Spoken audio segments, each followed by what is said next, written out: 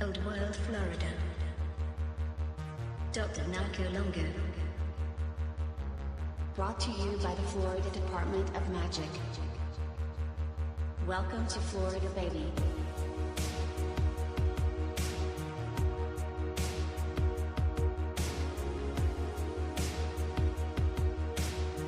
Florida is the original Garden of Eden.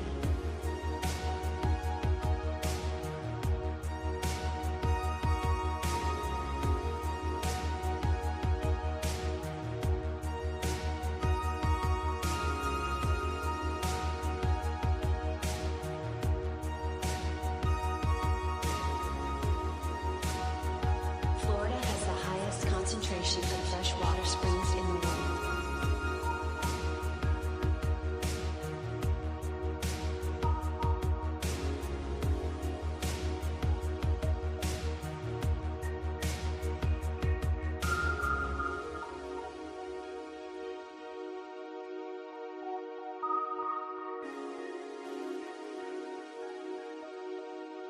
Florida oranges are the golden apples of mythology.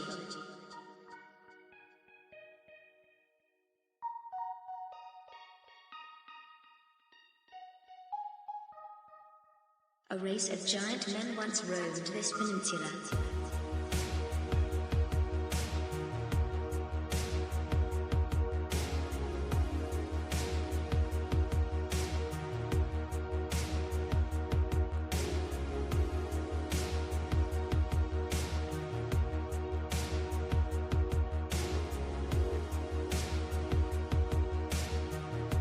The Smithsonian can suck my balls.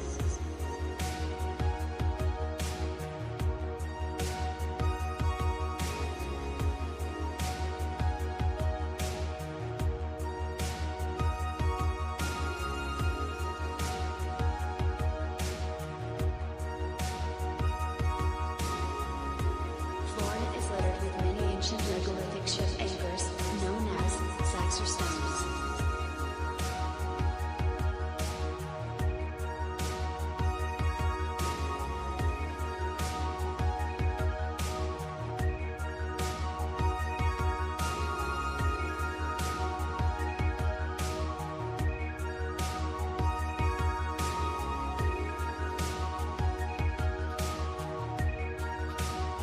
I'm bringing Saxor back.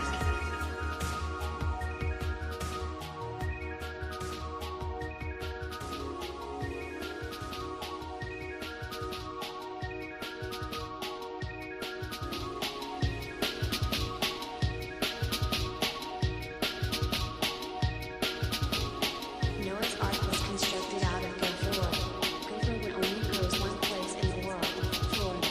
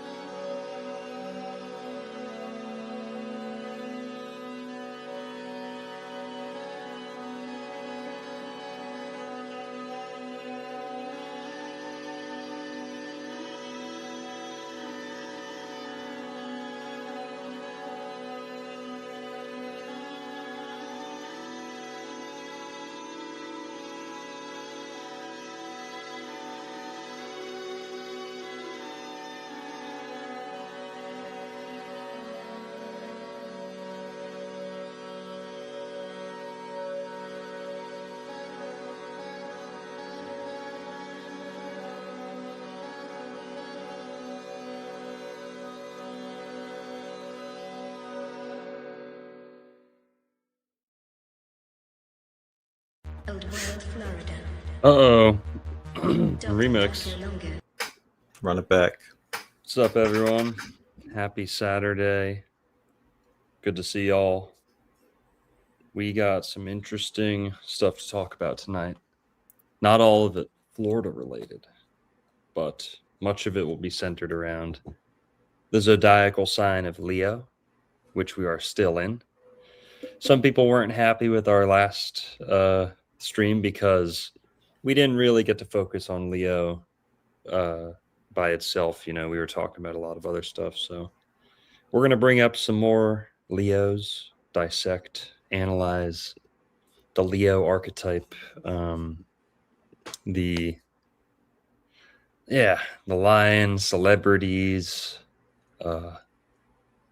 politicians running for office is a little bit of a Leo game, popularity contest. But yeah, guys, starting off though, we got to talk about something important. Okay. The Republican primary in Florida is going on right now. So I don't know if the time permits this, but I need all of you. I request that all of you register Republican and vote for James FISHBACK for Florida governor. James FISHBACK is the best option we have for governor. He is looking to upset Byron Donalds, who has the Trump endorsement. Not my favorite Trump decision. Definitely not. We need to get Byron off the ticket. Okay. So FISHBACK needs to get past the other Republican candidates so that he can mop the floor with the Democrat candidate in the general election. People like, who's FISHBACK running against? Well, there's Byron Donalds, who is polling at number one, depending on who you talk to, what poll you're looking at. But FISHBACK is close.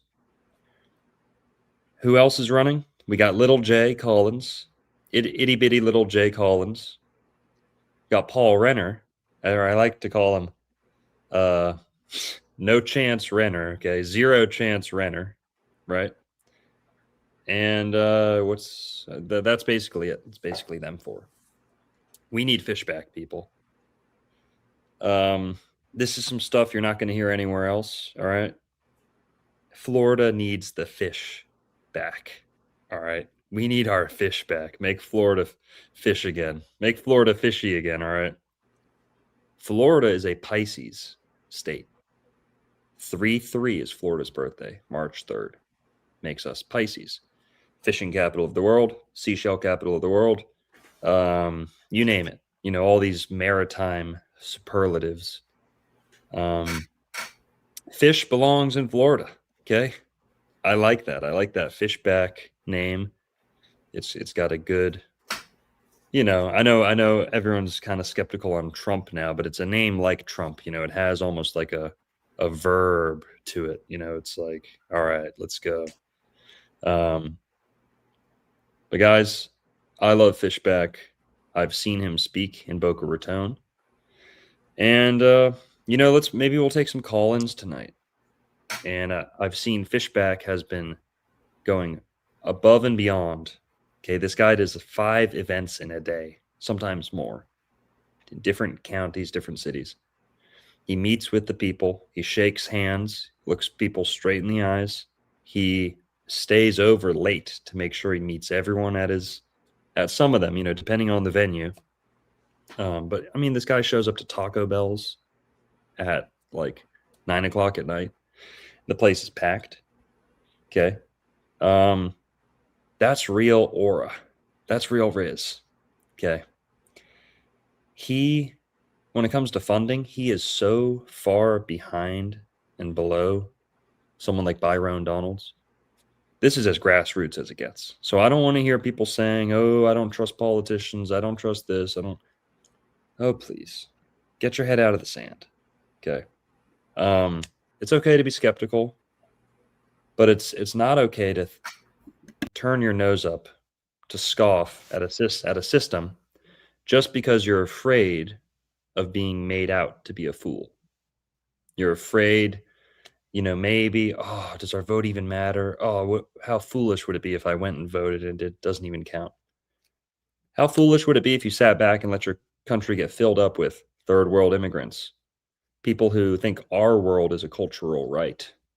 People who think, I said the R word, not our world, but the R word is a right, or that it should be minimized, or ignored. We have illegal immigrants R wording people here in my own town, year to year. I'll do whatever. I don't care if I need to dress up like a clown, put a button on my head, get that number to 0. Okay. I don't care.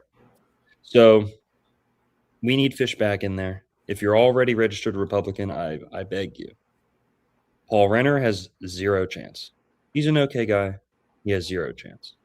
Byron Donalds is going to turn Florida into a data center Mordor.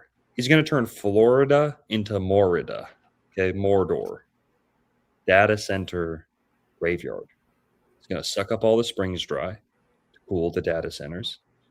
That's why they want to build so many data centers in Florida, because we have all the water, infinite water. And then we have little Jay Collins, who itsy bitsy little Jay, poor guy. He had his legs blown off. I don't know if that's why he's so short, but it's probably a contributing factor. no, he was short before that. So hey, Renner and Collins are both veterans, so respect to the veterans. Thank you for your service, but Florida's not falling for something like that. We're not falling for that. Oh, he's a veteran, so just get him in there. Ignore all the shortcomings. Ignore all the embarrassments. Ron DeSantis put, if I'm not mistaken, Ron DeSantis selected Jay Collins to be lieutenant governor. I think that's the position. And by all accounts, Ron DeSantis is ashamed of that and has not even endorsed his own appointee to governor. That tells you something. Ron DeSantis, one of the greatest governors in Florida history, has not even endorsed anyone in this race. That tells you he does not like the mainstream Republican candidates. He has, however, spoke somewhat favorably about Fishback, saying that it was wrong for the Republicans to remove him from the official Republican debate. So I can tell Fishback's being persecuted. Fishback is the outsider. Fishback is holding a torch of truth, liberty, okay, transparency. People say, oh, he was wrapped up with a 17-year-old. Well, I don't know that. The man's walking free. And in America, we believe in innocent until proven guilty. Okay. And we don't fall for the fake news. Now, if he did anything wrong, I'd expect he'd be in jail. I don't think he did anything wrong. And by the way, not to sound like that's what happens when you speak up against the system. Yeah, you're going to get accusations. Yeah, they're going to throw everything at you that they can until it sticks. So if anything, that's almost like a badge of honor, dare I say. But I like Fishback. I've seen him speak. I've felt the goosebumps on my arm. He's a young guy too. He's only a year older than me. He's 31, I think. I'm not 30 yet. Still in my 20s. But Fishback is a young, sharp guy. What do we have to lose? Let's get a young guy in there. Ron DeSantis was super young by Florida governor standards. But yeah. Merlin, what do you know about Fishback? Any thoughts? What do I know about Fishback? I just, I've seen some reels, I've seen some shorts. He's apparently anti-Palantir, broadly anti-APAC. I know he's not getting APAC money. The funding discrepancy is pretty incredible. Just that guy that he's against who's polling first, and I think only by like 5 points. It's like 36%, 28% Fishback, and I think he received over $100 million in funding, and Fishback received, I could be wrong, but I think about $600,000. And the fact that Fishback is so close with such little funding is interesting. And well, I'm not the biggest believer in the system. I do like the Overton window at least being challenged, so that is a benefit of Fishback, I would say. 100%. We've come close twice to having Fishback on Old World Florida. I've been in contact with his team. We almost got him on right before he did the Tucker interview. I assume they had to reschedule probably because of that. And he's a busy guy. I don't take it personally at all. But he may still come on. I doubt it. We're pretty close to the 18th. The 18th, I think, is the deadline for the Republican primary. So make sure you go in person on the 18th to vote for Fishback against the Republicans. Then comes the general election. So the main thing is he needs to get past the Republicans because he will mop the floor with the Democrat candidate. I'm confident of that, very confident. And he's from Florida. Little itsy bitsy Jay Collins is not from Florida. Paul Renner, I don't think is from Florida.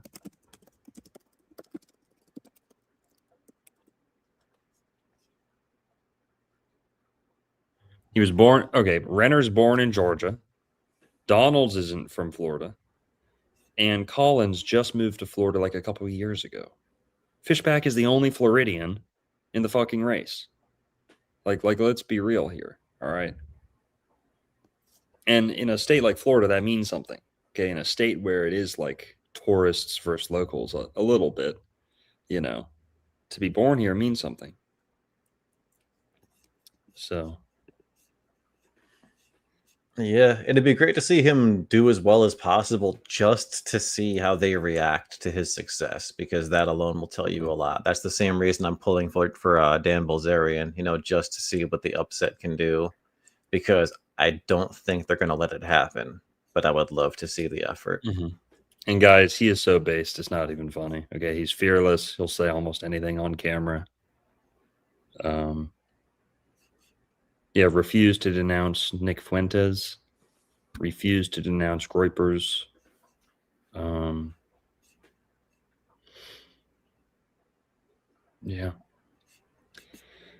So here, Merlin, would you do me a favor? Could you punch in his info on Astro Theme? Let's see if there's anything there to look at. Yeah, sure. I'll take care of that. So... January 1st, 1995, and we don't know the time. Okay. So 95. Oh, my goodness. Right. Oh, man. Politicians are getting young. What the heck? Like they should be. I mean, he starts off many of his speeches saying, hey, James Madison, blah, blah, blah, this guy. They were all like 25 when the Declaration got signed. So, do we really need geriatrics running the show anymore? Like, haven't we learned the lesson with the Biden class and the Pelosi class and let's get some youth in there. Let's get some young bloods. A New Year's baby. Interesting.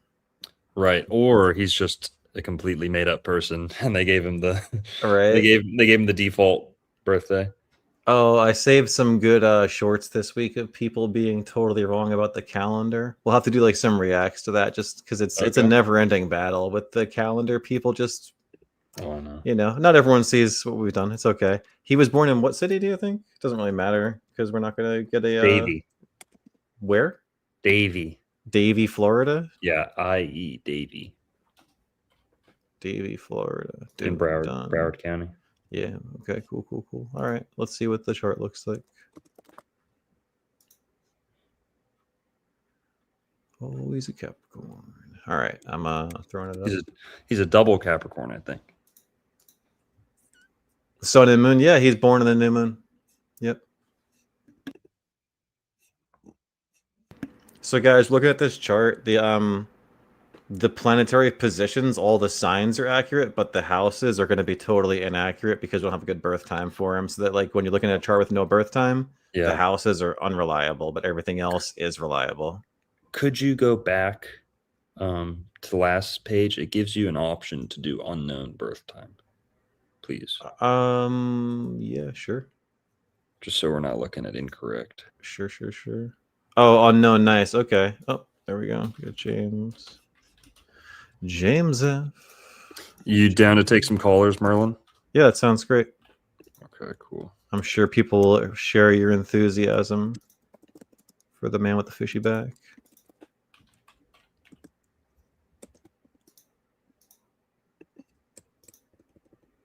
All right. Oh, interesting. Nice. So it's just 0 houses at all. It's just a straight up chart. Mm-hmm. Cool. Guys, lines are open. Okay. All you got to do is copy and paste that StreamYard link. Gmail works best. If you're on an iPhone, it probably shouldn't matter. It probably won't matter. But feel free to call in, y'all. Haven't done that in a little while. Used to do that like every week. Take callers.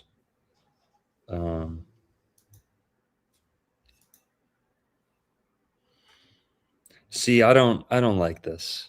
Mark, I hear you, buddy, but is there really truth to that? Like I understand the sentiment, but is there really any truth to that? Is it all just a charade? Is it that much of a charade? Why would they go through the fucking voting voting fraud stuff? Why would they go through all the ballot harvesting and stuffing?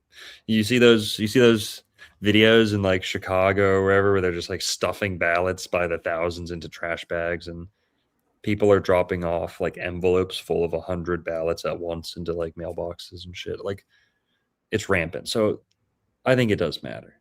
Okay. Now on another level, it kind of doesn't matter, you know, but because of the electors and stuff. But I just part think of this show. That's just too black pilled for me, Mark. That's just too doomerist for me. And by the way, what do you have to lose? Half hour, drive down to the polls, take your pen and your button. What do you have to lose? You know, have a little faith. People don't have faith. Like, yes, there are conspiracies. Yes, there is a small likelihood that it doesn't matter at all. But where's your faith? Well, you know, whoa. Whatever. Maybe their faith is elsewhere. And this is like all parties are no damn good and no one is allowed that the establishment get. Like, all right, then just put the lights out and just move on to another world or something. Like, what's this is just so black pilled. It's actually offensive to me. I'm allergic to it. I don't enjoy that. Both parties are the same. Both hemispheres of the brain are the same. It's all two birds of the same wing, or two wings of the same bird. I'm just not buying it. And what do you have to lose? You want to, it's like, okay, go tell this, copy and paste that message and go send it to the most recent victim of a illegal immigrant criminal act. I'm sure they'd love to hear about your policy on the border. I'm sure they'd love to hear about your position on illegal aliens committing the most horrendous crimes known to man. And yes, that will get solved at the state level. And these people are afraid of the mob, and voting can be the voice of the mob. So at the very least, let the mob's voice be heard, you know. So I don't mean to pick on you, Wan Yan, Key says, but I'm just allergic to that stuff. Maybe I'm too young and naive, but he hasn't turned to establishment yet, boys. Haven't what? Haven't turned to establishment. There's that old saying or the old like movie quote. It's like, if you're not a liberal at the age of 20, you got no heart.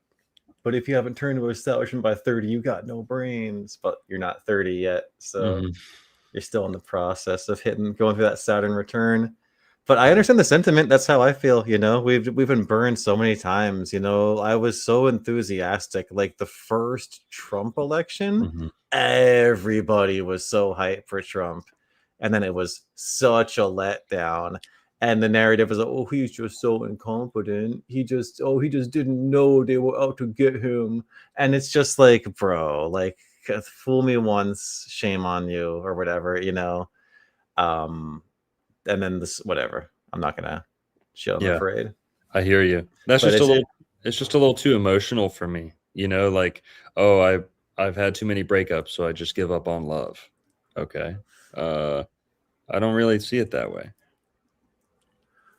Or it's like, okay, you stop dating hoes and you look for the nice church chick, i.e., we're looking for a king, not a president. We're monarchy maxing in 2026. Yeah. Hey, Wanyan, okay, come hang out with me on Palm Beach Island for a single night, and you tell me how the establishment allows the people in the establishment, how it is that they are somehow freed from their puppet strings at night, and they get in arguments with their wives. And like I said before, their wives take their keys and like leave them at the restaurant. Like, they show up drunk in rental cars with like no security team, no nothing. So there are instances where you can see behind the curtain, and you'll see these people are nowhere near as well put together as you think. The only organization that is truly behind the Illuminati, truly behind evil, is Satan himself. Okay. Devil's Advocate, if you ever seen that movie, this is what you really need to be afraid of. Not a party, not a type of government or whatever. Satan himself unifies the lowest of the low and the highest of the high. You want two birds of the same, your two wings of the same bird? That's the devil. And he pops up in every area of human life. In Devil's Advocate, you see how the highest of the high, the most expensive,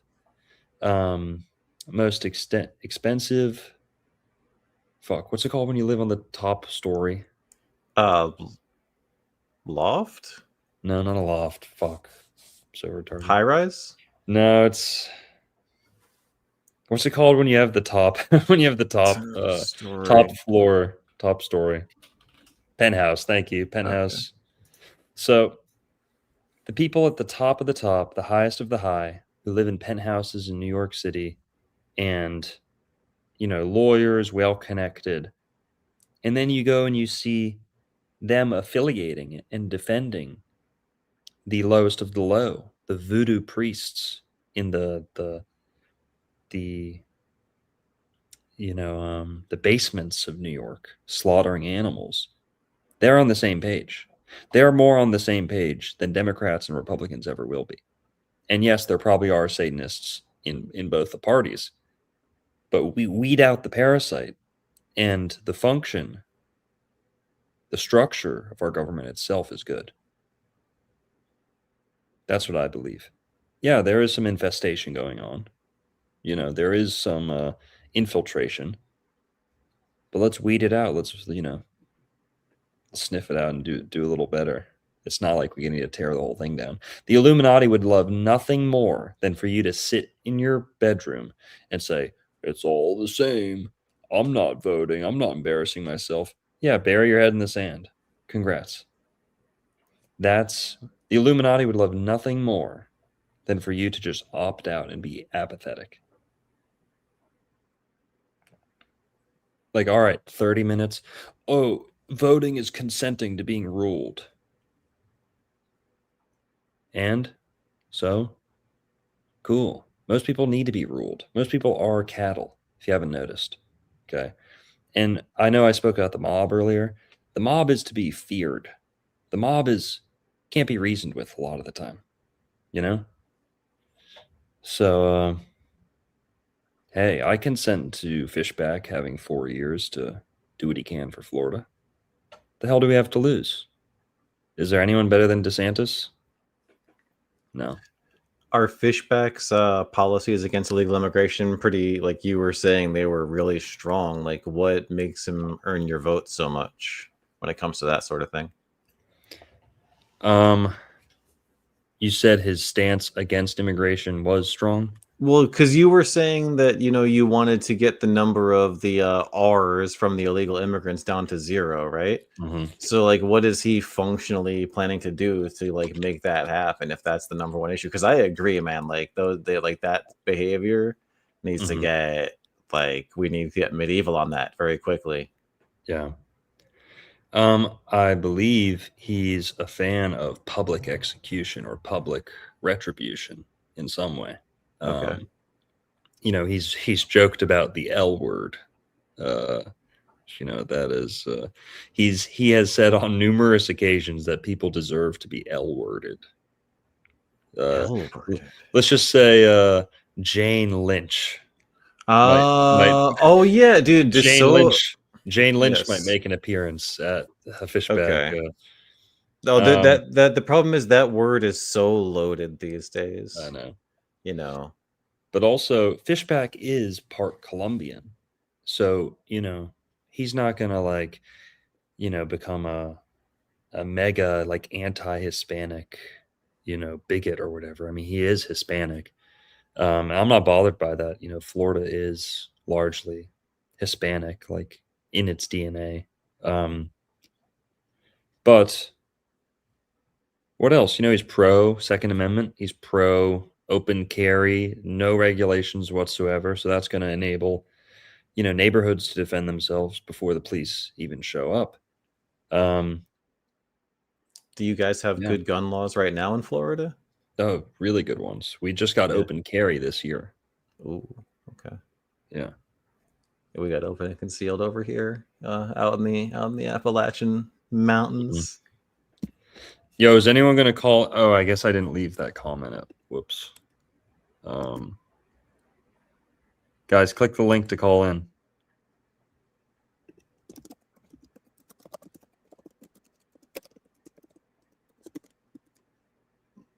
Or copy / click the link. Now I've got to go to YouTube, and if you're watching somewhere else, the link will be in the YouTube chat too. It's interesting how he just emerged out of his Saturn return, and he's now doing this. It's like a lot of that time where, after your Saturn return, you kind of hit like a calling of sorts, like in your early 30s. Mm-hmm. And he's, maybe this is him fulfilling that life's purpose right now, win or lose. He's meant to do something, make a splash, if you will. All right, here. Now, if you're in the YouTube chat, look at the chat, and the link to call in will be posted, pinned in the chat. So you'll see a link. If you want to talk about Fishback, we're open to hearing people about Fishback, thoughts on governor, voting, etc. But also anything Leo you want to talk about, and something else we're going to get into, Lindsay Clancy. Big hot topic right now. Dude, there is some stuff going on with Lindsay Clancy that you would not believe. I know very little about it. Is it a very old case, or is it all very recent stuff? No, it's new. Okay.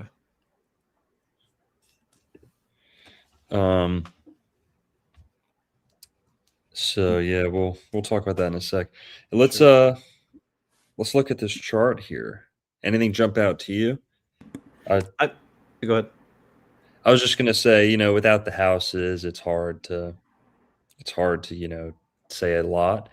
But just right off the bat, Capricorns make great managers. Capricorns can take on jobs that they might appear too young for.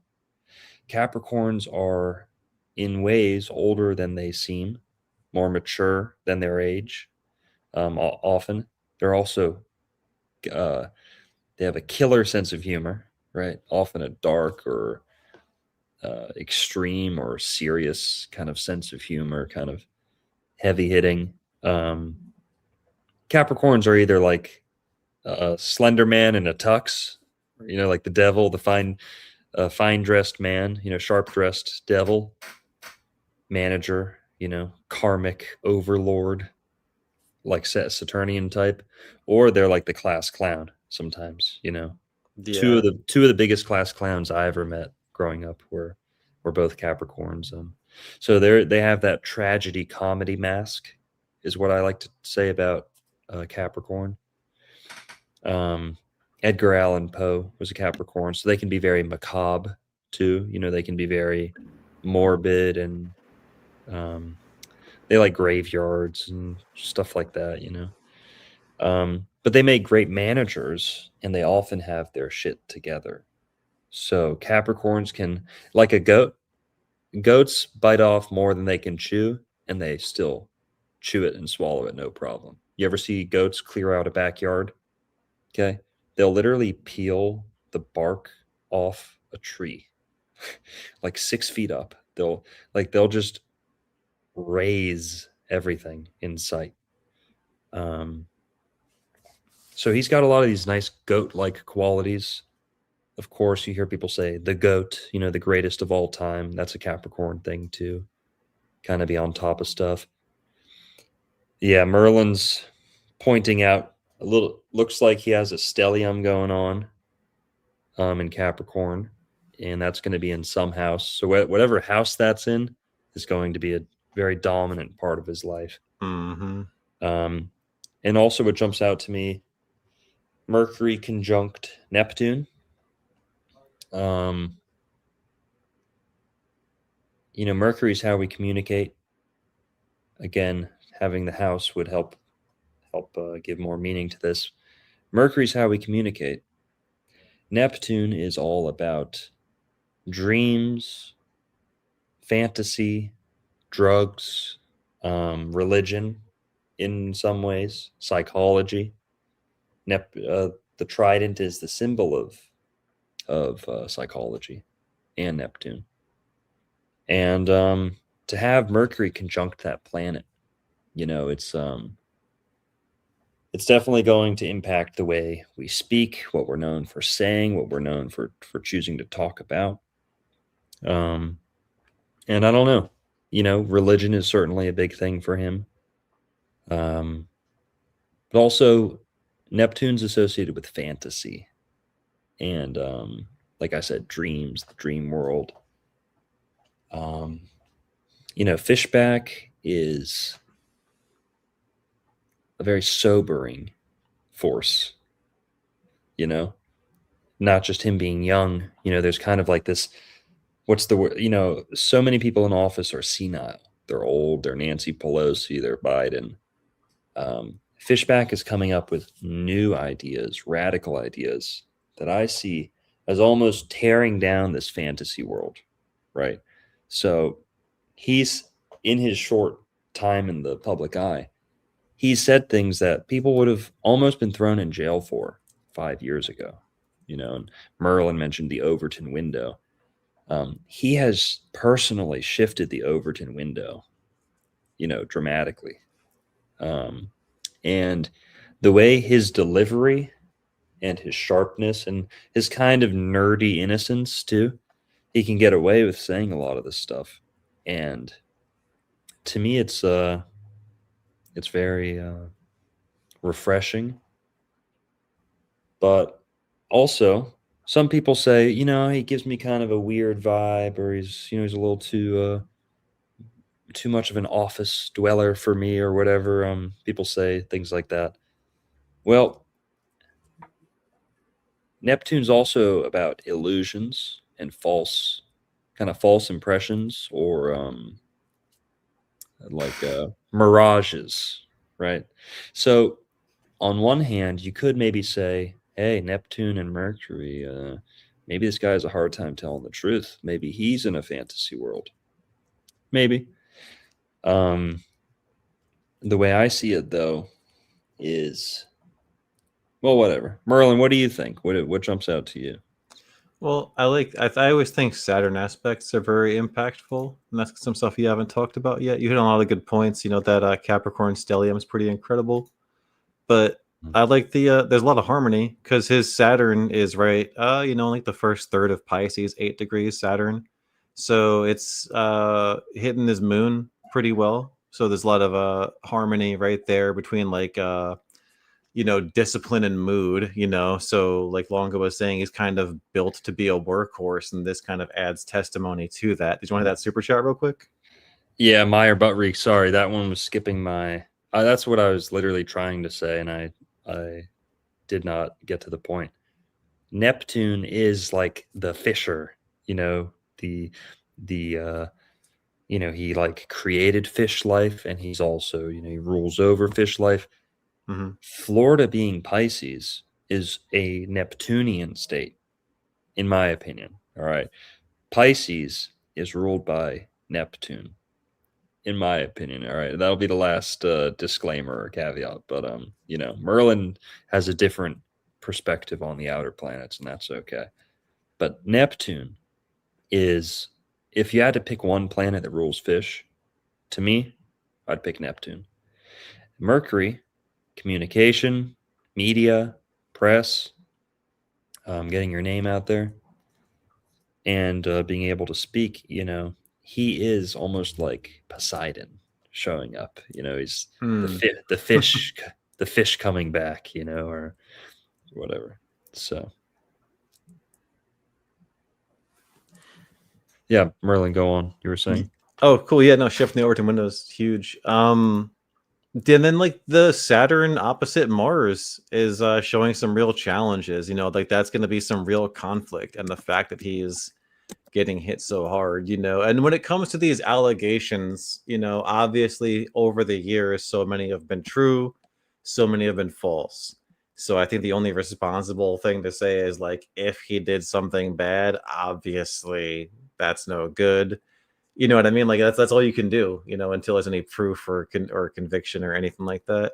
But he's getting opposed in big ways, just in a lot of ways. He's fighting the Israeli lobby essentially in Florida, which is an incredibly important state. Obviously important enough for Disney to headquarter there, but also NASA to do most of their stuff out of there. Palantir moving in quick. Scientology's there. The Masons are obviously heavily involved in Florida. Shriners heavily involved in Florida. All the Chabad Lubavitch. Yep. All the fast food money, the KGC, KFC. Yep. So all these things, there's a lot of moving parts. It's a very, very, very important state. That's why when like people in the chat are like, yeah, they won't allow this to happen. It's like, I want to see him try just to see what it looks like when they don't allow it to happen, if that's the case. Same thing for Dan. Yeah, guys, if you don't like him, you can call in too and tell us why. Right. Come on, man. Someone call in.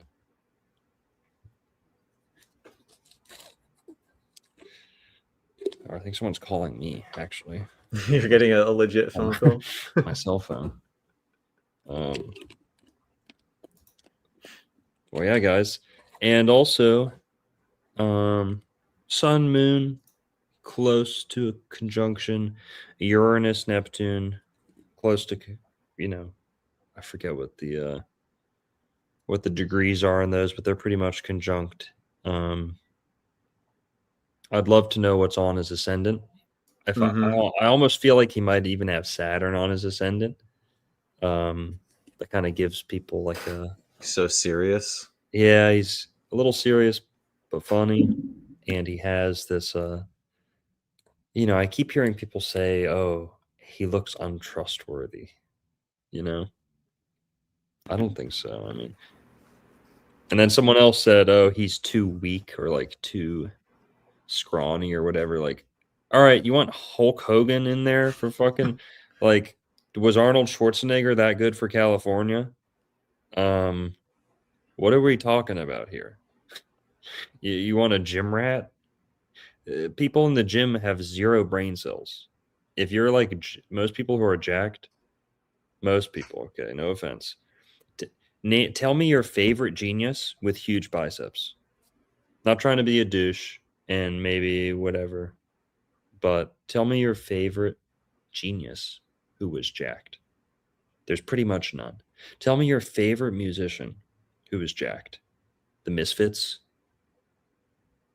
Who's your favorite jacked musician, jacked artist, jacked thinker, philosopher? Mike Tyson knows what shape the Earth is, so he's got that going for him. Yeah. Yeah, we know the atmosphere. It's not You ain't never been to space. when they send them rocket. When they lied to us, they told us NASA was gonna go to the moon, and Mike Tyson's such a cancer.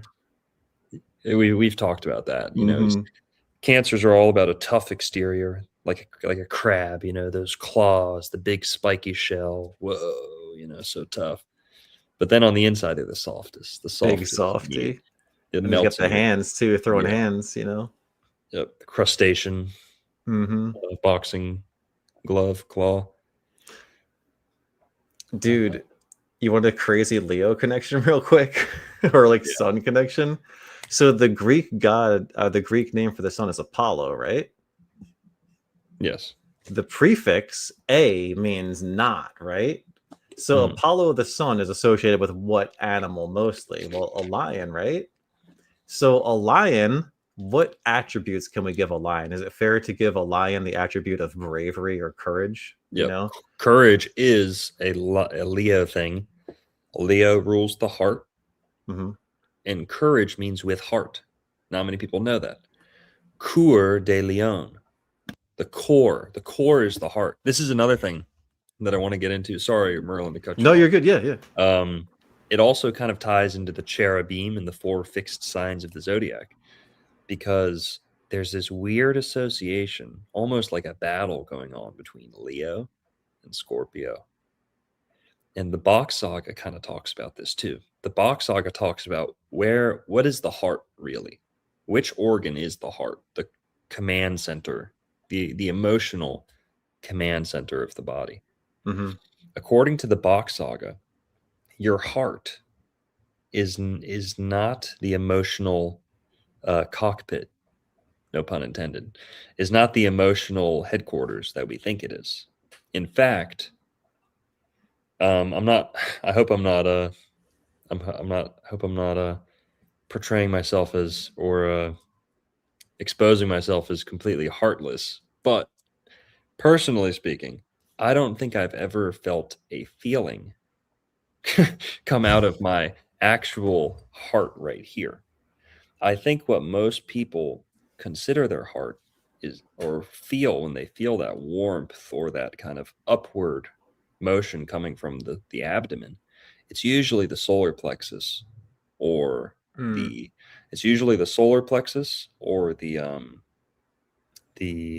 sacral chakra. So the sacral chakra is where we feel love. Butterflies in my tummy, that's the sacral chakra firing up, things like goosebumps, or your like nervous system kind of getting sent into overdrive. I feel a lot of that coming from the solar plexus. The solar plexus, to me, you can feel it so heavily. And there are things that come from the heart, but it's almost like more of like an adrenaline sensation that the heart is responsible for. The Bach Saga asks the question, where is the real heart? And the Bach Saga says it's exactly what the heart is. It's exactly what the heart is described as, except we're looking in the wrong part of the body. Can your heart turn hard and soft, literally? No. But one part of the body can. The solar plexus? What's between your legs? What's between our legs? Okay.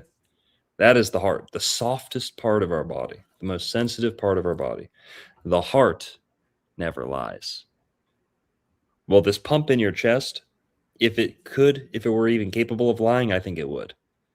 Between your legs, though, that can never lie. we can be disturbed by the truth it reveals to us, but that does not lie. Okay. The softest, how can you give your heart to someone else? How can you swallow? How can your heart be a heart stuck in a throat? Okay. Whoa, Not to they're be fun. not to be not to be not to be, Lewd. lewd, yeah. But this is just a pump. So I there's all these memes out there, people saying, I don't know if you guys are referring to it. Not a pump, not a pump. It's a vortex. Well, whatever shape it is, this is very mechanical. The thing in the center of your chest is very mechanical. And I know someone said, "Oh, love is not a funny feeling." Well, I'm not saying love's the thing that comes from your sacral chakra. The butterflies in your tummy is more of almost like a lust thing, or like a puberty kind of sensation. I don't know if we could isolate love entirely, but basically, Scorpio has the word core inside of it. And core means heart. Core. The core of something's the center. The deepest, darkest part of something, right? Mm-hmm. Core. Well, when you stand up like a Vitruvian man, what's closer to the center of your body? What really all where does it really all come tied together? It's what's between our legs. According to the Bach Saga, which I don't think is the supreme authority on everything. Um, According to the Bach Saga, the original heart is what's between our legs. And the heart and the chest, it's important, but it's not the emotional headquarters we think it is. So, in fact, not, I'm not necessarily super anti circumcision, but if I were, I'd make the case, why are we why do they call it circumcising the heart? Are you guys aware of this? Judaism circumcises literally between the legs. Christians say, well, we don't do that because we are circumcised in the heart. Well, even there's kind of an interesting dynamic between, are we circumcising what's between your legs or the heart itself? Pretty interesting. Yeah, especially given the most notable star in the Scorpio constellation is Antares, one of the 4 red stars in the sky. Which again, just knowing the fact that there are, I'm pretty sure it's 4 red stars that are visible to the naked eye in the sky. One in Scorpio, one in Taurus. Funnily enough, and just knowing what redshift and blue shift means, and the odds of only 4 of the stars moving towards us is absolutely insane, which is just such another geocentric proof. But yeah, that star Antares is known as the heart of the Scorpion, and it's the Nice. core of Scorpio, which is pretty cool. Sorry, we got 2 callers in already. Cool. Carter here is first in line. We're gonna bring him in, see what he has to say. Carter, what's up, man? How you doing, gentlemen? Dr. Wizard, how are y'all? What up? What up? Chilling, dude. How are you? Heck yeah, doing well, doing well. Running it back on Mr. Fishback right quick. Okay. So yeah, I was kind of, a lot of people do seem like kind of weird about trusting him or whatever, and the only way I am voting for him, he seems obviously the only person who's making any sense out there currently. But the only similarity I see between him and like something we had recently was, of course, like Vivek Ramaswamy. Not to say that, the things they say are super similar, but he was almost like just too good to be true. You're like, wow, this guy's great. He's killer at talking. People are loving him. And then like just all the mask comes off and it's like, shit, Mm-hmm. Good thing he wasn't president or something. Not that anyone voted for him for president either, but people were looking at him down the road. I was curious if you had overcome any feelings like that with him. Obviously, he's saying, on one hand, he's saying all the right things. On the other hand, he's saying all the right things, and that can be a little fishy sometimes too. Curious what you thought about that. Totally. Well, we appreciate you calling in, Carter. And Vivek, okay, that shocks me a little. I don't know if I would ever describe Vivek as too good to be true. I mean, everything he said, it didn't pass the sniff test. When I think of Vivek, I think of too good to be true. Okay. Uh, guy needs a shower and a doormat, if you ask me. But Vivek, he didn't charm me one bit. So, and again, Florida can handle a Colombian governor. I mean, that's kind of up our alley. An We Indian love governor. conquering the Americas right now. Yep. And an Indian governor. I mean, I hope Florida, with all due respect, I hope Florida never has an Indian governor. There's really no reason we ever should. Indeed, maybe- yeah, you see that across the pond way too much. Yeah. Carter, well, since we got you, we got to talk about your profile picture here. What's good with this, man? I did a season, so I used to work for a really sick wildlife removal company, a nuisance wildlife removal company in Jacksonville called Quick Catch. Great company if you guys ever need anyone for those type of services. But we did a season with SNAP, State Nuisance Alligator Program, with FWC, so which was really fun. Definitely not lucrative, not that we expected it to be, and on one hand, you get to work with a bunch of alligators, which is super cool. On the other hand, you kind of have to put them down in accordance with the permits, but super good time we had with them. So is that a dead gator or a live gator? That's a live gator there. He's taped up, so he's not so feisty. And Yeehaw. about several his size, and 9 foot 10 inch was our record with them. Got some good ones. Shall I, man? Merlin, go ahead. Just a heads up for the audience cannot see his profile picture at all. When you look at it on YouTube, it does not show. Yeah, so guys, his profile picture is sick. It's him, and he's got an alligator on his back. I don't think they could see it still on YouTube. Let me take a look. Here, hang on. Yeah, even still. There we go. Can you see? I guess they can kind of see it on screen now. Nah, I think just because when it broadcasts, it doesn't. It's like legit. Just when no matter what, it's just not going to show anyone's PFP. Wow.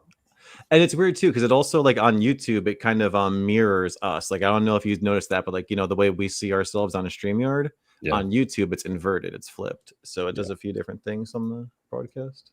Yeah.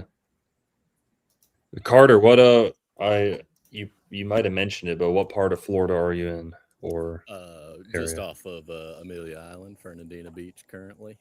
Been in Jacksonville about 10 years, but out of the big city. You ever heard of the Dorian dig site? Is that I know you guys were talking about the elongated skulls from the north end of the island there. That was my first time hearing about that. Super stoked on it. Cool. To look into it.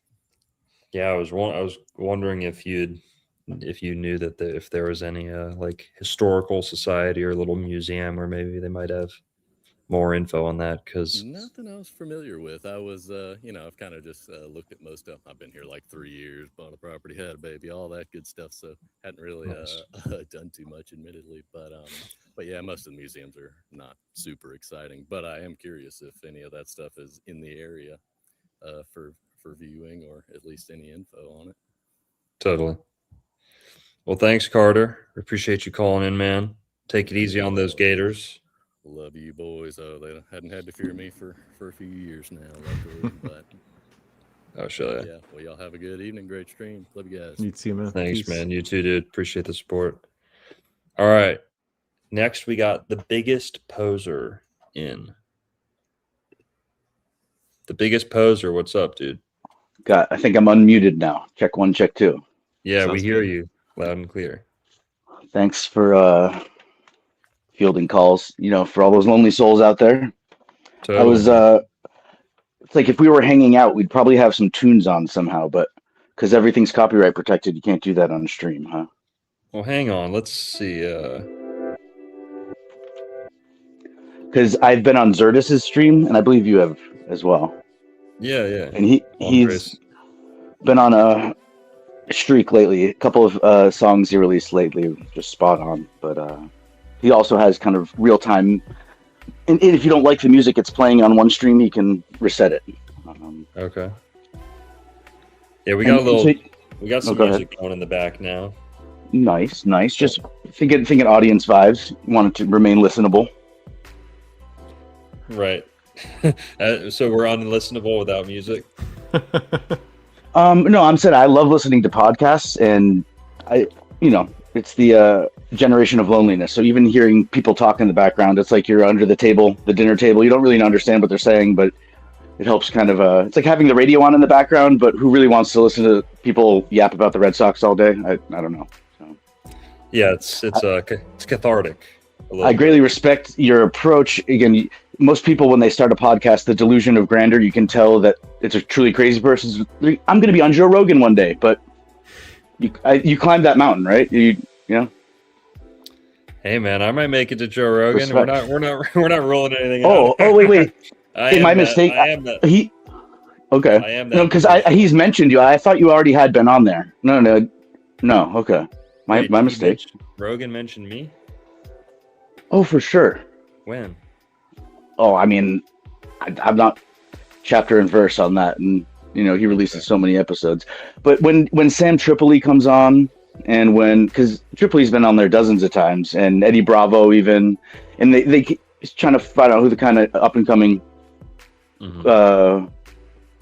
Well, they like to refer to it as pseudo archaeology or something, but Yeah. I like how you're also straying into this astrology territory and creating. You're talking about the Overton window expanding, and I'm willing to test that theory with you.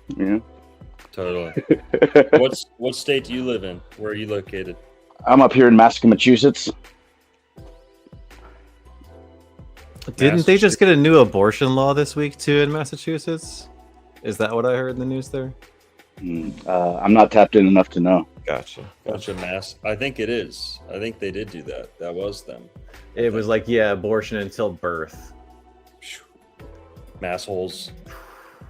Crazy, bro. Well, you were talking about birth time, and I'm wondering if you were watching, how you would demarcate that exactly, regardless, and outside of whether or not that has an impact on anything, or whether astronomy versus astrology is a subject we could kind of jestfully play back and forth with, and maybe even switch sides where you're all of a sudden trying to down talk astrology in face of astronomy or something. But opening that up with birth time, and then also one kind of follow-up question: have you heard of a pre-planned elective C-section? And in terms of, you could almost choose a specific window. It would be hard to choose down to the minute, but you would get this 15-minute window where you've exposed, the veil is still intact, and you can almost, it's called an Encaul birth, Encaul, where it actually comes out, and the baby can look around and is still breathing the amniotic fluid, and then you can pierce the veil, and child takes its first breath, ideally. And so you can pick the exact time, but you'd have to have someone there, like your astrologer, because you could kind of pick a window, and then it's like, oh, you don't want to be born on an odd number if it's here. So it's not, you'd have to either be an expert in it yourself. And so, obviously nature takes its own course. So sometimes you don't get to choose exactly down to the minute when you're born, but you're saying that's pretty close. We're getting closer to that, like tailor-made birth times, basically. Well, the days, the expertise and the knowledge and wisdom that comes along with giving horoscopes, and regardless of whether they're rooted in something that can be scientifically or empirically proven, it gives a person a lot of experience, and they've probably talked to, hundreds of times more people maybe than the people that they're giving advice to. And so the idea of having these wise men there at the time of birth, versus in America, there were the rumors of the bloodletting child sacrifice rituals, where on the pyramids people were cutting open their belly almost to simulate how it would feel to watch your wife parturited to death. When, in England there was a pig farmer who watched 14 women, handmaidens, and here they're called doulas, and they're imbued with this kind of spiritual merit and somehow, and it's a whole industry, in my opinion, that should go away, and pre-planned elective C-sections should become the standard, even for women in prison. Some people could say going into labor is torture, but yeah, I want to turn it back over to you to get your feedback on some of it. But yes, biggest poser. I did have one more question for you though. Have you heard of Lindsay Clancy? Any thoughts on that case? I think that I haven't clicked on a single link that has her name on it, but it was your channel, and I was interested to see what you were saying live. I think, and generally that's how I deal. I don't read crime novels or romance novels, really, or in what is it, Special Victims Unit. It's like in the past, hanging out with people that want to watch that over dinner, and I guess depending on your past history with trauma and personal trauma, and it's called vicarious trauma. And I know you're sophisticated with all those books behind you, but vicarious trauma is when you experience it kind of gets on you, so to speak, if you're on an an ambulance shift, or if you're a nurse, and whether or not the gunshot victim comes in that day, there's a certain amount of self-care you can do to kind of cleanse yourself of that energy, ideally, or having some sort of ritual that could be seen as black magic or witchcraft, but it's good to have some sort of way to transition from, especially if you're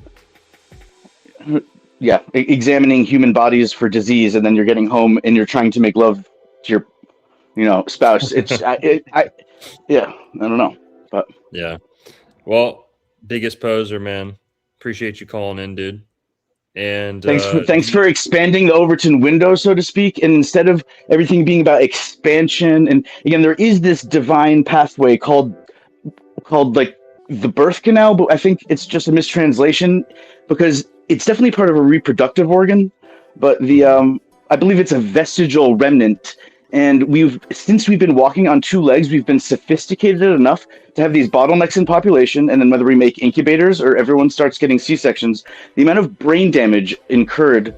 I guess if you'll give me one last thing, like instead of just talking about it, there's a specific scientific article where 1 in 4 babies born with vaginal birth have a brain bleed. And they didn't know this until 2007. They did a couple hundred, because it hadn't occurred to anyone to take MRIs of newborns. And there's a great leveling of the playing field. We found out recently, thankfully, the brain heals a lot more than we realized. And neurons regenerate, and the brain is very nimble in reconnecting regions and repurposing them for tasks. But for some people, the shape of their head, you're talking about elongated skulls, and why would it be something that is religiously revered? It's a very difficult subject to broach. And Jesus Christ, in my opinion, is kind of like this allegorical bridge back to Julius Caesar. Because if you try to walk into a culture and start cutting bellies open, it's not really gonna stick. But through the work of a religion like Christianity, and study of, you're at least developing enough words to then begin to communicate outside of what is divine and Jesus and Trinity, to now begin to communicate about difficult subjects in a way that because you can argue about the Trinity and this, that, or the other, but it doesn't come to blows. And so anyways, I don't mean to take all the air out of the room. That's all right. Thanks, biggest poser. And I think he mentioned he's been on the Andres Zertus channel. Maybe if you guys want to follow up. And here we got one more caller. Then we're gonna talk a little more and take some callers later. Bird Dog, you hear us? Yo, what's up, Doc? Can you hear me? Yes, sir. How are you doing? Good. How you doing, brother? I'm Merlin, great. what's up, brother? How you doing? What up? Doing great, man. How are you? Yo, what the fuck was that guy talking about? He hates birth canals? The first part was... Oh, sorry, go ahead. No, go ahead, Merlin. The first part was interesting because it was like, when is a birth time actually calculated? Because I think it was about like, okay, if you could choose your birth time, is there an advantageous time to be born astrologically? The answer is yes. There are myths of court astrologers sitting there for like the birth of a prince, and they would sit there with the umbilical cord, like, okay, don't cut this shit until this hour, because when the umbilical cord's cut, that's when they count the birth, essentially. So that's kind of, I think that's where he's going with that part. So yeah. Well, Bird Dog, what are you into? Alrighty. Well, I've been following you, man. I'm into your work. I've been definitely digging the channel and digging the live streams. But I was calling in about FISHBACK. I heard y'all talking about him earlier. Please so do. You guys are pro FISHBACK? I'm pro FISHBACK. Yeah, I mean, I don't like anything about the other candidates at all. But FISHBACK's saying the right things. I went to his speech. I think I'm going to see him tomorrow morning too in person. But yeah, I like him. What do you think?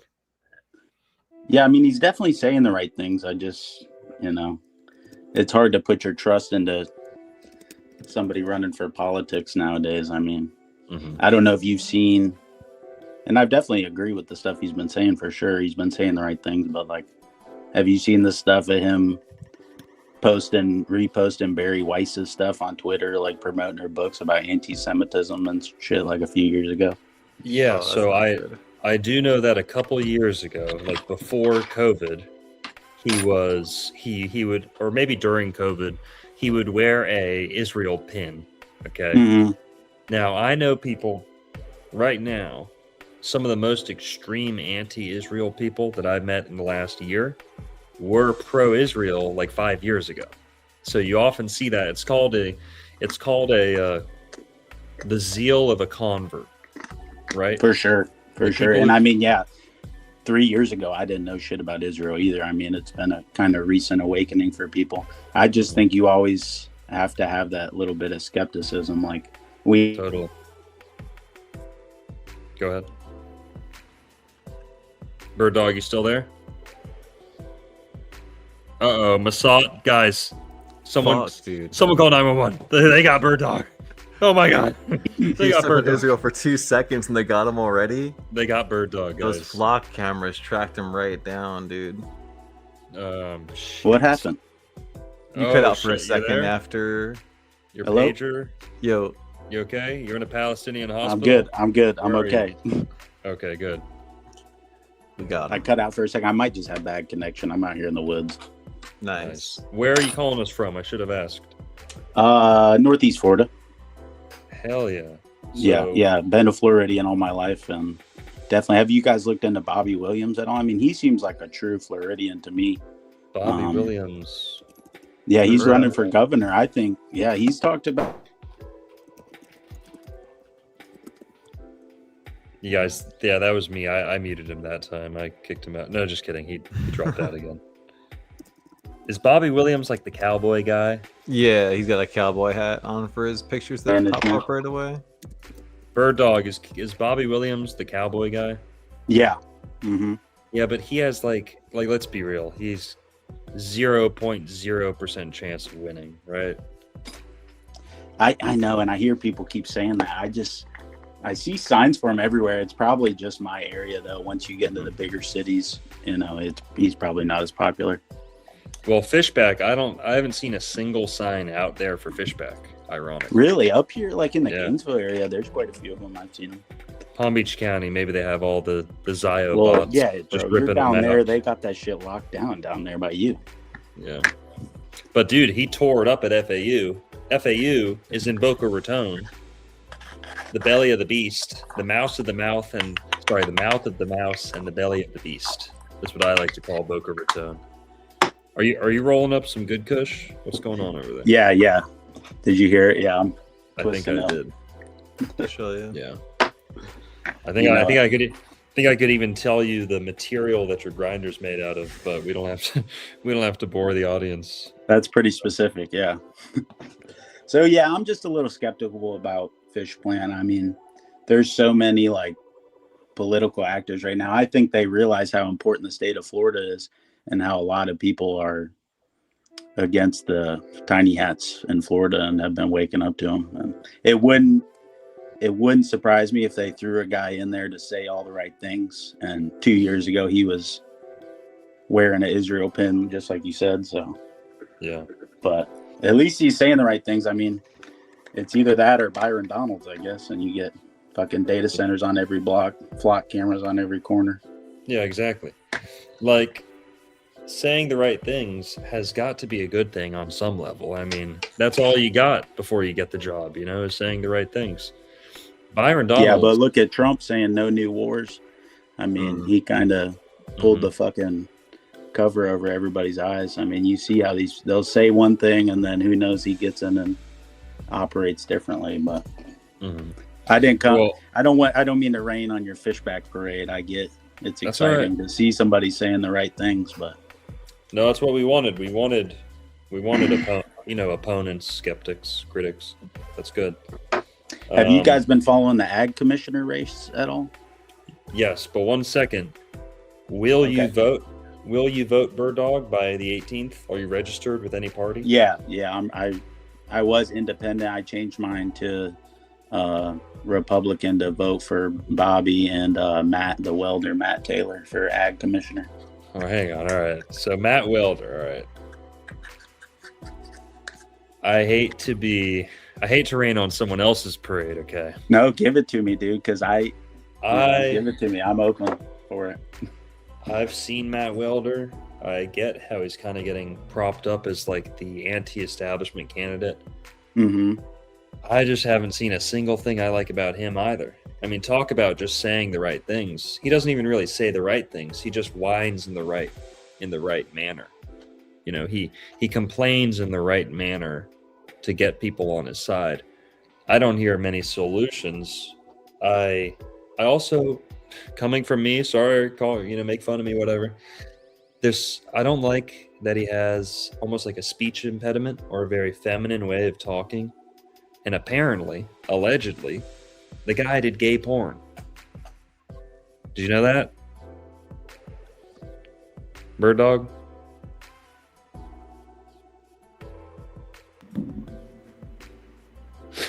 We'll give Bird Dog a couple minutes to process. We'll give Bird Dog a couple minutes to process that, but he's either shocked or ferociously downloading it right now. Hello. So Merlin, can you search that up, Matt the Welder? I'm not searching up his gay porn. Dude. All right, well, put the safety search on, His name's Matt Welder. Yeah, Matt the Welder. Just search Matt the Welder. Adult Welder. content or something like that. Adult content. Oh gosh. Hello, can you hear me? Yeah. What's up? We hear you. Yeah, sorry, you're good, bro. Did I cut out again? Okay. He posted porn of himself online. Now he's threatening legal action against people calling him out. Can we share your screen? It's gonna have some harsh words on there. Bird Dog, we're gonna need some serious explaining here. Oh my god. Bird Dog, what do you have to say for yourself? I mean, I don't know, dude. I think I'm gonna have to plead the fifth here. These are some serious allegations. now, if that was 2 years ago, what bothers you more, an Israel pin or acting Israeli? I don't. Yeah, I mean, you make a good point. And he's also kind of a young guy. And what's his experience? Like, all he does is complain on TikTok. All he does is complain in like these selfie videos. Yeah, I mean, you say complain. I mean, he's been pointing out some corruption here and there, mostly with FWC and their contracting. He's like, he does the soy jack face. He does the soy jack meme. He's like, they're spraying our lakes. They're spraying Lake Okeechobee. They're spraying the Everglades. With all due respect, this guy's got a room temperature IQ. He's not articulate. He's got zero riz.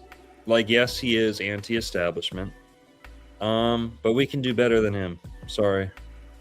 That's my opinion. Who's better than him? Wilton Simpson or whoever the fuck that establishment fuckhead? You got me, Bird Dog. I don't know the other candidates too well. Yeah. I mean, the only reason like I said, I haven't done much research on the guy, but he was talking about banning certain pesticides and shit. Yeah. In Florida, because maybe the ag commissioner has power over that. Maybe his mom shouldn't have been eating so many pesticides. Maybe his brain might be a couple decades too late on that one. But yeah, I wasn't aware of those allegations. I don't think they're allegations. It's kind of like it's like his past, I think. Yeah. It seems like it's being used against him more than him like trying to put it out there himself, honestly. Yeah, I mean, he's probably on the pretty right track shitty. if they're throwing dirt on him like that out there. Okay, that's a So good he's point. pissing off Maybe. the right people. But hey, we can agree to disagree on him. I mean, in the end, it's an agriculture commission seat. I don't know how much real change we're going to see from that. But yeah, Fishback, questionable, saying the right things in my opinion, but questionable. But hey, man, I got some cool books here.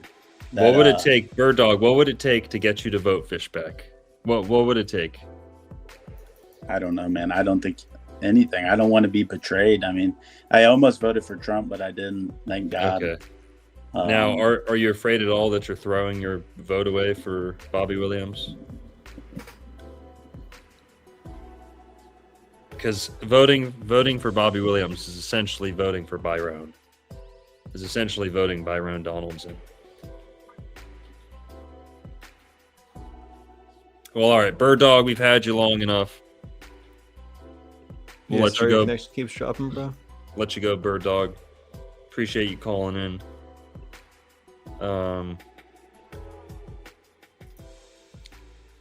So yeah, Matt the Welder. Sorry, Matt, if you're watching. But hey, we all make our choices, and you know, sometimes it does come back to bite us. Or there may be just completely false allegations, but from what it looked like was he did in fact post or have an account like that, and it was before he ran for office, I forget, but I don't think he denied it. I think he went live and like talked about it and then deleted the live. I forget. I haven't been paying too close attention, but he does rub me the wrong way. And not to be you know, too much of an asshole, I don't think he has leadership qualities. He does not have the poise, the posture, the constitution, the demeanor to you know, lead the state in some capacity. So, and he's running for ag what? Like agricultural commissioner, I think. Okay. Matt the plumber. Yeah, Matt the welder. That kind of reminds me of George Floyd's porn name. George the landlord. George that the was land. his name? That The was, landlord? I say it like that, but it was Floyd the landlord. Floyd the landlord. The landlord. Okay, the landlord. Okay. That's how I say it. But Yep. What a good man. all right, so we took a couple callers there, guys. Feel free to call in. Feel free to wait in line. We'll get you in a little bit. Link to call in is up in the YouTube chat. It's also on screen now. Copy and paste it. Put it in Google Chrome. I might have said Gmail earlier. Whoops. I meant to say Google Chrome.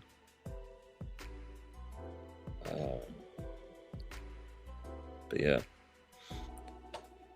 Let's get rid of this music too. Yep.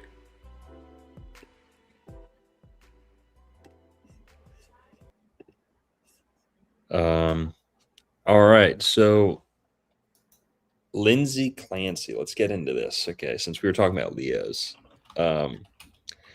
Lindsay Clancy, what do you know about the case so far?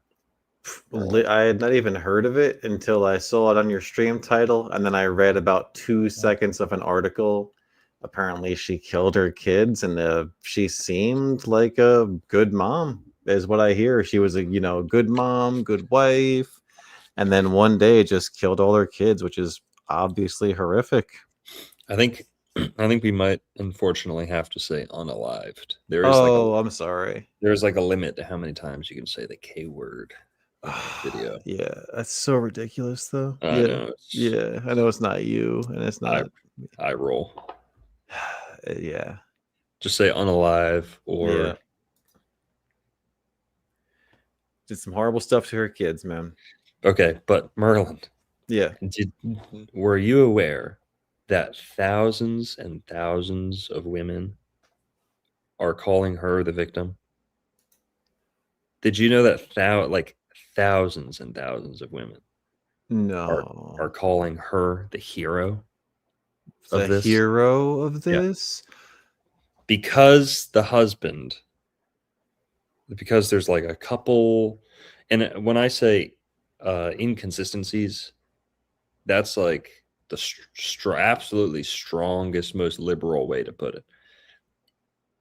There are like some minor like holes in his timeline, and apparently he got remarried within 4 months, which, hey, not a good look. Okay. Mm-hmm. And maybe the husband was a total piece of shit. That doesn't mean your kids deserve to get suffocated to death. He could be the biggest piece of shit in the world, and it still doesn't justify it. And by the way, all murderers are insane. Yeah. So let's just cut the insane postpartum, insanity defense. All criminals are insane and Yep. mentally ill. How has society not realized that? I think we used to understand that. This notion that certain criminals are insane is ridiculous. All violent criminals are mentally ill. So that's not going to work either. But Merlin, you know what the richest part of this whole thing is? No, I don't. That they're defending her using astrology. And yep. Search it. Look this up. Okay. Search Lindsay Clancy astrology and look at the articles that pop up. Oh man, okay, we got some X I can't click on. Lindsay's UCI, the mother accused of killing. Oh, whoa, what the fuck is this? All right, maybe not this just yet. What the fuck? There's all this astrology. So something that people are saying is something that's really going viral is Leos don't unalive people. Is that Leo's like the least likely sign to unalive people, right? And then I haven't checked that. I don't know where that's coming from. Yeah, people are saying that she was listening to voices in her head, but that was actually her husband. It was her husband's voice in her head. Oh, LOL. Dude, what is this phenotype? Sorry, that's mean of me. Harkonnen. Harkonnen. Why is it all like the pro-abortion women too? They think supporting her. Oh, exactly. They're probably. Oh, that's what I'm not even gonna say what I think they think because it's so awful. Mm-hmm. So this image right here, he killed the kids, or sorry, he unalived the kids. His was the voice she heard. He threw her out the window, and then she woke up and was told, "quote what she did." And they think that we're crazy with conspiracy theories. That's actually nuts. Leos don't kill, Geminis do. I take offense to that personally. Leos don't kill their cubs. The mutable signs be slaying people left and right. All right, the mutable signs just have like zero ability to not unalive people. Whoa, man. Not really, but it is like all. Isn't it all like Sagittarius, Gemini, Virgo are like all the serial unalivers? I haven't studied many serial unalivers astrology charts, actually. Look up the astrology of serial killers. I think we can say serial killer, I think. Or else there couldn't be true crime podcasts. It's like all mutable signs. And surprisingly, it's like no Scorpio. There's like no Scorpio, very, very few Scorpio serial killers, which is surprising, And I attribute that to Scorpio being more of a passionate sign, crimes of passion. Serial killers aren't necessarily crimes of passion, When I think of Scorpio, I think of a woman seeing, going through her husband's phone and seeing like something that's maybe even not fully evidence of unfaithfulness, but still, like, chopping his manhood off with like a knife in his sleep, or like, stabbing him a million times in the face and then going to jail. So like Scorpios act out of passion and then they probably get prosecuted right away. The mutable signs, serial killers, or something else. They're operating different motivations. But what does this tell us about their zodiac signs? Bro, if I'm just gonna comment, it's weird as fuck that they made these like kawaii anime drawings of these serial killers. It's It like, is. first off, what are these pictures? This is like Charles Manson as an anime character. Can you But- go to Go ahead. another one where it's just like a list, please? Sure. Where it counts like the different. There we go. Okay. Oh, Cancer's up there. Oh, whoa. That's what they're saying. Okay, this is a Water different one. signs, man. Water signs. Dangerous, moody little bitches. Yeah, that's a good No point. offense, water signs. Yeah. Moody little bitches. All the time. Okay, I guess I was wrong. I've been looking at different lists on like social media and stuff going around. The ones that I see, maybe they're just plucking the few of the most famous serial killers, or maybe just American serial killers. But I've always seen a ton of Gemini, Sagittarius, and Virgo, believe it or not. And it makes sense, mutable signs maybe have a little bit of like a shape-shifting, chameleon, changeling kind of drifter vibe, show up as a different new person in a whole new area and just, whatever. Yeah, it's interesting. I think a lot the murders maybe more in the chart of the victim than the person who commits it, honestly. And that goes back to like fatalism in astrology, which is interesting just given the fact that like matricide, or no, it's not matricide. What would it be? Like is it infanticide? Because it's children, but they're not infants. But I think it's still infanticide. Yeah, I think that she's is when you kill your own. Yeah. When you unalive your own. It's not common, but it's a thing that like echoes, in different Yes. it's a horrible thing, but it's a repeating thing that happens. Some women go nuts and just kill their kids, unalive their kids, and it's awful. Well, here's something. People say Leos don't unalive. Well, lions are very famous for infanticide. Lions routinely slaughter the young. Really? Yes, in territory disputes, when a new alpha comes, when a new alpha kind of takes over, he'll slaughter all the previous kids. Yeah, like not his kids though, right? But also think of the Lion of Judah. Jesus being a lion of sorts. Herod, who is pretending to be Jewish, pretending to be a Judahite, was also committing infanticide, because almost like the lion, almost like Scar trying to usurp or dethrone Simba. Okay? Yeah. Herod, the fake lion, the false father, the stepfather, where, those don't actually have any application to Jesus. But this archetype, kind of the poser, right?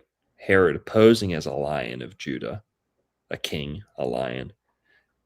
He's desperate to, unalive all the young boys because he's afraid he's going to be usurped, overthrown by the righteous, true heir, the lion, Jesus, the Lion of Judah. So infanticide is a common, it's a matter of reality for lions, which Leo is the lion of the zodiac. So perhaps Leos are not serial unalivers, but we're not talking about a serial killing. We're talking about an inside the family, cold-blooded calculated. Another thing, allegedly, she sent the husband out of the house for like 15 minutes and did it while he was gone. Yeah, she was like, go to the store and then go pick up some medicine. And he came back and found the kids, allegedly. Leos are also kind of like sadistic. They like to play with their Leos. Yes, they do.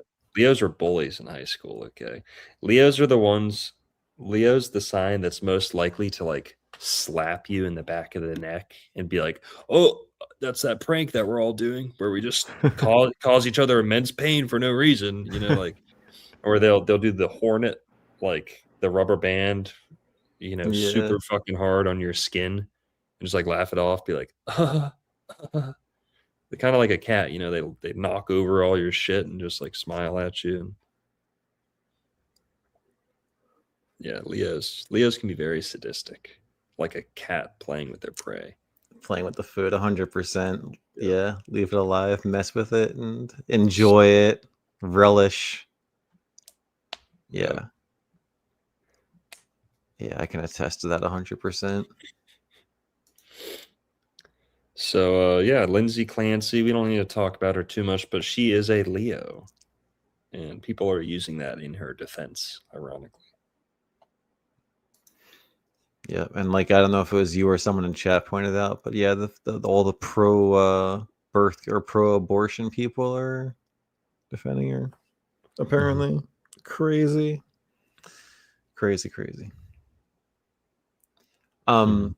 Yeah. Yeah, that's nuts, man. What about the great debate with Candace Owens and what's his name? Andrew Wilson. Could you pull that up on YouTube, please? Sure can. On Candace's channel. Sure can. You won't be able to get sound though through my end. No. No. If you use Gmail, Google Chrome, it should. I don't have Chrome ready to go. I'm using WaterFox on this computer right now. I don't have a Chrome ready to go. Okay, let me try and get it. Did you watch? You said you watched it though. You watched some. Yeah, I watched as much as I could stomach. Like, I really tried. Like, early, I got like an hour into it, and I just can't with Andrew Wilson. And I know it's very cliche because I really do feel like Andrew Wilson has been set up to be this villain that's so easy to knock down. Like when we're talking, Overton window. I'm not trying to again rain on the parade too much right now, but I really do think that this conversation, and it wasn't a debate, it was a shitty conversation between Candace and Andrew, was about controlling the Overton window. It's like, do you think it's the official narrative, or do you think it's this conspiracy theory? You're not allowed to think that it didn't happen at all, like and that's like more where I stand with the whole thing personally. I'm more on what's up with the chair. That's kind of where I'm still at. You mean like Charlie Kirk's chair? Well, just the chair clipping through the table. It's hard to explain away when it looks like there's doctored footage. A lot of things come into question. And then obviously how people acted, the whole thing. Yeah. Mm-hmm. What do you think? What did you think about the great debate? You got further into it than I did. You said you got about 2.5 hours into it. Yeah, I'm 2 hours 19 minutes in. Okay.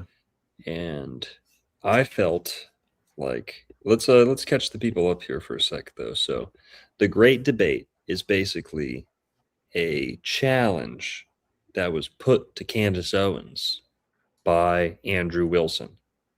And I think Andrew Wilson said he'll pay $300,000 to anyone who can prove or will convincingly debate that Charlie Kirk was shot or injured or whatever happened to him by someone other than Tyler Robinson. And I forget the specifics, if it was $300,000 just to have the debate or if she needs to win the debate. But if I'm not mistaken, he did pay her $300,000. And that was like the prize of the debate or something. but he's paying it, so it's not like. Oh, another thing is, I believe the Wilsons put up a GoFundMe for the $300,000, which is, I mean, if you're saying if you say I'm challenging someone to a debate and I'm challenging you for $300,000, isn't it kind of scummy? Just kind of like loserish to turn around and beg your audience to pay that, pretty much. And I don't know the specifics on that. I only saw like a screenshot. I don't know if that's true, but yeah. And they're debating who really shot or unalived Charlie Kirk almost a year ago, coming up like a month. And personally, let's pull up in the debate here. The first hour and a half, I feel like no one was really winning. I was paying attention, and I didn't feel like Candace was doing that great of a job. The first hour and a half, it's almost like a stalemate. Nothing really important. They're just kind of disagreeing on terms and kind of Yes. semantics and like technicalities and what the rules of the hearing are. And Can we at least agree on this? Yeah. Let's take this as a given. Just using all this technical language, just being absolutely just insufferable. Yeah, it was hard. First hour and a half, it's hard to kind of make out what direction it's going, who's really winning. I'll tell you though, I don't think either of them did a really good job in the first hour and a half. Then I think Andrew Wilson just got exhausted or just like ran out of his prepared points or whatever. And Candace just mops the floor with him after that. I mean, spanks him. He is so unsettled. Candace is maintaining frame, as they say. Okay. She maintains frame as if she's like 7 feet tall and a man. And he's there vibrating like a scared animal. His leg is literally like, you know. Do you think that he knows he's being set up to get knocked down with this? Because like the whole defending and again, I'm not a fucking gun expert, but just hearing enough people talk about the 30-06 being an impossibility, it's such a weird thing to argue for at this point when there are so many different people explaining it as clearly as possible why it's impossible for it to have gone down with this particular gun in this particular manner. And then, of course, everyone leaves open like of course, there's a chance his neck could have. It's like, oh my God. And like, it's like leaving it up for that little bit allows these little weasels to get that, like, oh, so it could have happened type thing. It's just so disingenuous. Yep. Whitney Murphy says, no, he just needed a cig. That is probably also true. That's valid. But he's also just like, all right, I'm going off the rails here again. He is just an ugly, disgusting person. I mean, lumpy, fat. His face looks like it's melting off. Like he is suffering the effects of gravity so much. It's like, ooh. He has some of the most negative cantle tilt you've ever seen, which can be a tremendous sign of cowardice and laziness, and guilt. You know, the weight coming down here. You know, hey, physiognomy is real, phrenology is real. Agreed. Face reading is real. And you know, when you see someone with the kind of upturned eyebrows, this is someone who's very active and engaged, and you know, right? You know what this face means, right? This is someone who's like, you know, but when it's like completely sloped, this person is just exhausted. This person just wants to be put out of their misery. That terrible, sloppy, droopy, cantle tilt. Yeah. He's just without a beard. That's another thing. It's so true. People say beards are like push-up bras for men. It's so true. Mm, Without agreed. without a beard, you'd be like, who is this freak Best Buy employee and why is he talking to me? You know, without that beard, you'd be like, oof. Can we just most Go people ahead. who are rocking beards are guys who are a little too chubby trying to hide their fucking chin, I think. A lot of it. A lot of them. Yep. A lot of them. Sorry. Is it every beard? No. But is Mhm. it many of them? Maybe. Yep. And also you mentioned, let's talk about the 30-06 for a sec. So you're right. That's something that I, don't really like hearing is this people being so adamant that a 30-06 could not, could not stop inside someone or something like that. Now, I can speak to both sides of this argument, okay? The 30-06 is unbelievably powerful. Very, very powerful.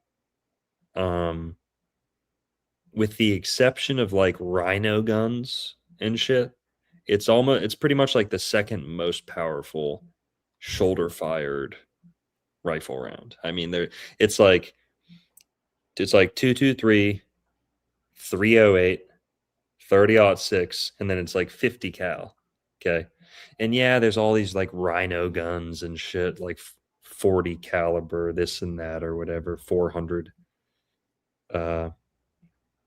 Whatever. There's all these maybe some things in between there, but generally speaking, there's like a jump from 30-06 to 50 caliber. Like that's, and even a 50 caliber, you can't really like shoot that from the shoulder very well, A 30-06 is unbelievably powerful. But at the same time, it was also the standard round in both the world wars. So people were getting shot with them all day long. Half of them are surviving, like it's no problem. So here's my stance on it. 30-06 is very much survivable, but what we saw that day, to me, did not look like a 30-06. I believe that if he were shot right there with a 30-06, it would blow out the back so much. I've seen a deer in person shot with the 30-06 right in the shoulder, and its literal entire arm, front leg, and shoulder exploded and blew off. Okay, and the leg was connected by literally like 4 pieces of hair. All right, Oh. and it was the deer was trying to run, and the leg just was like a helicopter blade getting spun around, like not attached at all. And I saw I've never seen such a concussive like bullet strike, bullet hit. I grew up hunting, guys. For those who don't know, yeah, who am I hunting with? I grew up hunting. I was with my dad, and we were at the end of a very long road, and a deer crossed the road, and my dad was set up on the back of a pickup truck looking down this road. He was looking through a scope, I was looking through a scope, and my dad shot this deer, and it blew its leg off with an average 30-06. That's why some people say, oh, 30-06 is great for deer. Actually, it's pretty overpowered, and people who really, really like to hunt deer will tell you it's a little too overpowered for a deer. Depending on the round you use, it might be extremely overpowered. So 223, or like a skin. People hunt deer, they do it with I think a 243. I think is like one of the most common deer rounds. Let me look this up.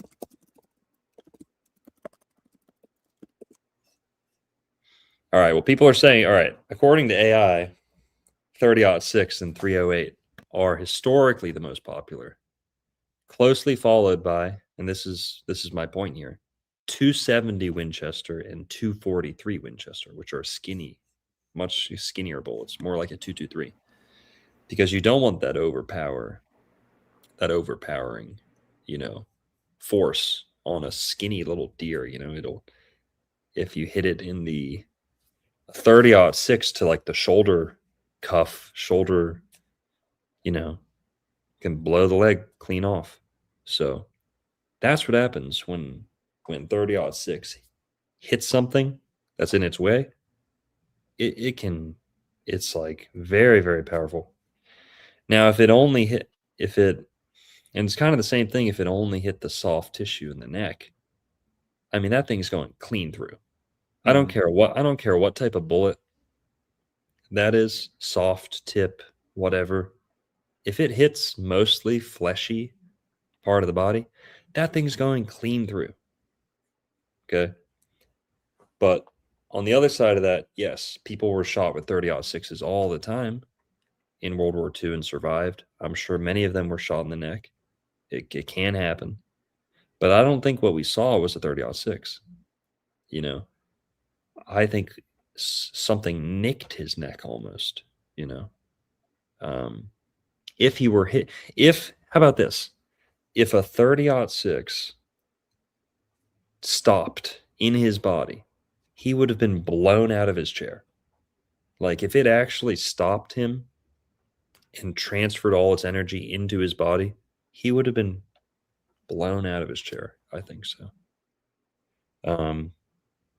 Just my 2 cents. So the 30, the caliber is like a big topic of discussion in this whole case. I think it's far more likely that shot on his neck came from a palm gun that guy in the front row might have been using. The guy who does the sign right before the bullet is shot. A guy with the sunglasses, I think like a blue button-up shirt. Looks like someone was using a palm gun like that. Can you think of any news stories that were bigger than the Charlie Kirk unaliving last year? Because I mean, I was thinking about it just now, and I really, I know a lot of normies, and you interact with a lot of people too.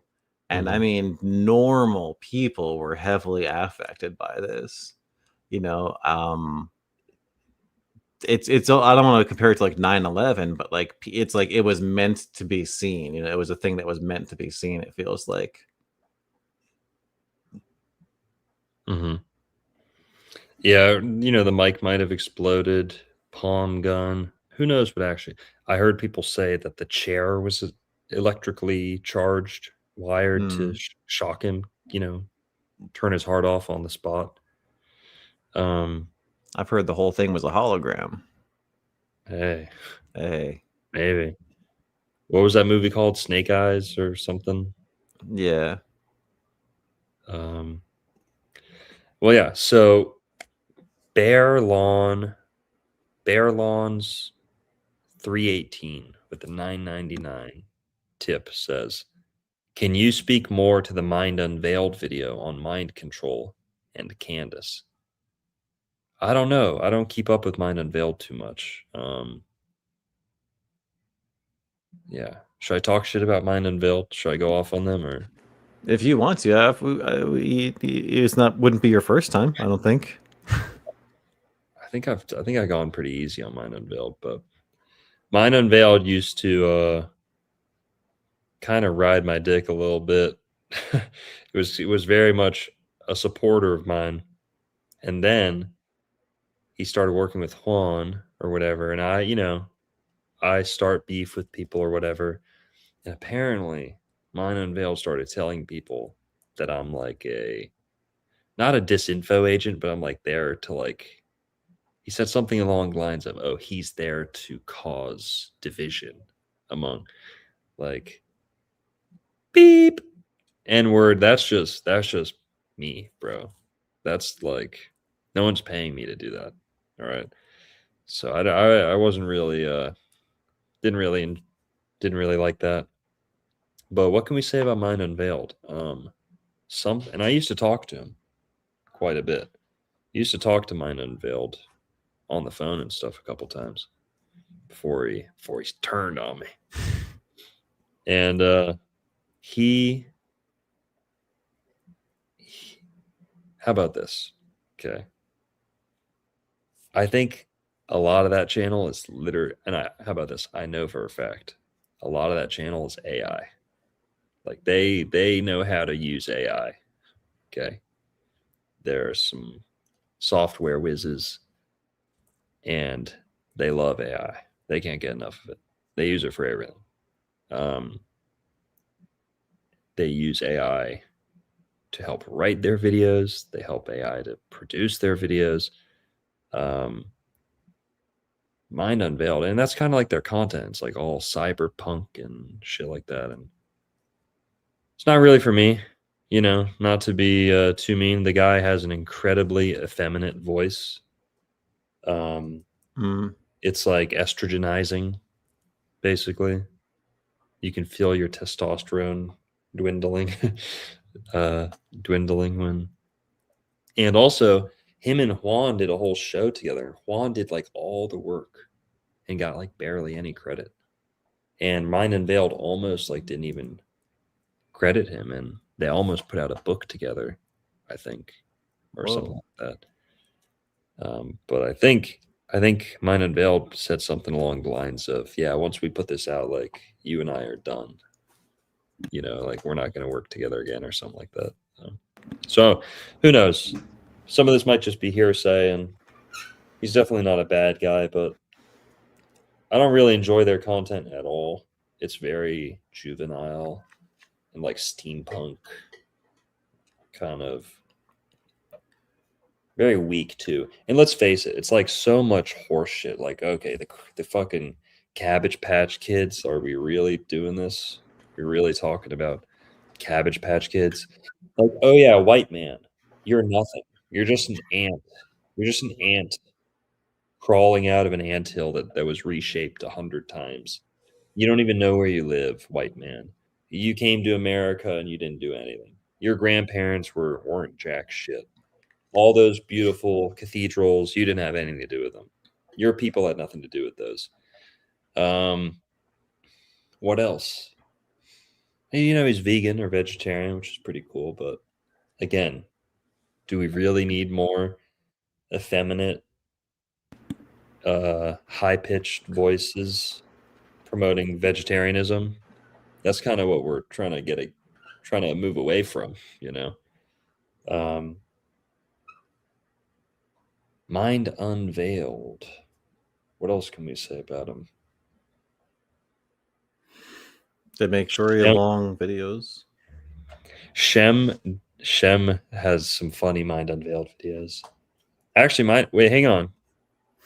Mind Unveiled's calling in right now. Wow. Have you guys ever realized that, like, Charleston is, like, a really evil city? Like, well, did you guys know that, like, Tallahassee was destroyed in a fire? Wow. Is that not, like, spot on? That was a good impression. Oh, dude, speaking of fires and old world stuff, just a PSA for the Tartarian greater community. But Chance Garton of the Universe podcast has put out a pretty I don't want to call it a damning condemnation, but pretty good research debunking a lot of the more spurious Tartarian claims, which is pretty interesting. So worth taking a look at if you're into Tartaria stuff. Is that Chance? Chance. He sounds like a Cabbage Patch Kid. He might be a Cabbage Patch Kid. Wow. Yeah. He's pretty smart. So like they probably like genetically modified him, is my guess. All right, well. Someone said this is the most El Longo stream ever. All right, then get your froggy ass out of here. Go watch Mind Unveiled. I love a good Pepe though. Go put your pad on and go watch Mind Unveiled. Might be more up your alley. Okay. Actually, yeah, we got. Hang on, the phone lines are fucking, ringing off the hook. Oh yeah. Come on, man. It's Jason from Archaics, okay? Come on, man. The how's he say it? The simulacrum. The simulacrum. 4,000 years ago. The Phoenix program. I'll make my own whiskey. Jesus. I can't even. I'm not gonna blaspheme Jesus. All right. So that's his whole channel. It's like Jesus is fake, Christians suck. Everything I come up with is real. That's Archaics. Not to mention his alleged crimes against women. Terrible. But I wasn't aware he was even accused. this is the most W Longo stream ever, if you haven't noticed. Dude, let's talk about Andrew Wilson and women though. How weird is it? Do you remember like when, I don't know, what was your first exposure to Andrew Wilson? Because for me, it was clips of him like yelling at OnlyFans models from like a different room. Do you remember that? How like he would literally be in a different room, just like yelling vitriol at these women. Again, were these essentially OF hoes? Yes, Yes. but like, I mean, so hateful and mean, just like for the sake of being hateful and mean. He has the exact same claim to fame as Ben Shapiro. They have the same trajectory. It's like Ben Shapiro went to college campuses and mopped the floor with like mentally ill 19-year-olds. And he was like 35 and everyone thought he was 19. He was 39 years old the whole time. And he's debating like girls who just had their first abortion, like completely alone and like lost in life. And he's like, well, actually, if you look at the statistics and this and that, it's like, dude, okay, clearly you're going to mop the floor with a bunch of 19-year-old libtards. And Andrew Wilson's the exact same way. You're exactly right. He'd go on these slut podcasts and just like, it wasn't even good. I mean, the whole pickle jar thing happened, which was just no man could live that down, dude. It's never gonna happen. He's gonna go to 80, and that's gonna be a fucking problem for him. Here, we've got a caller in here. Alfredonsky, are you gonna play nice if we bring you in?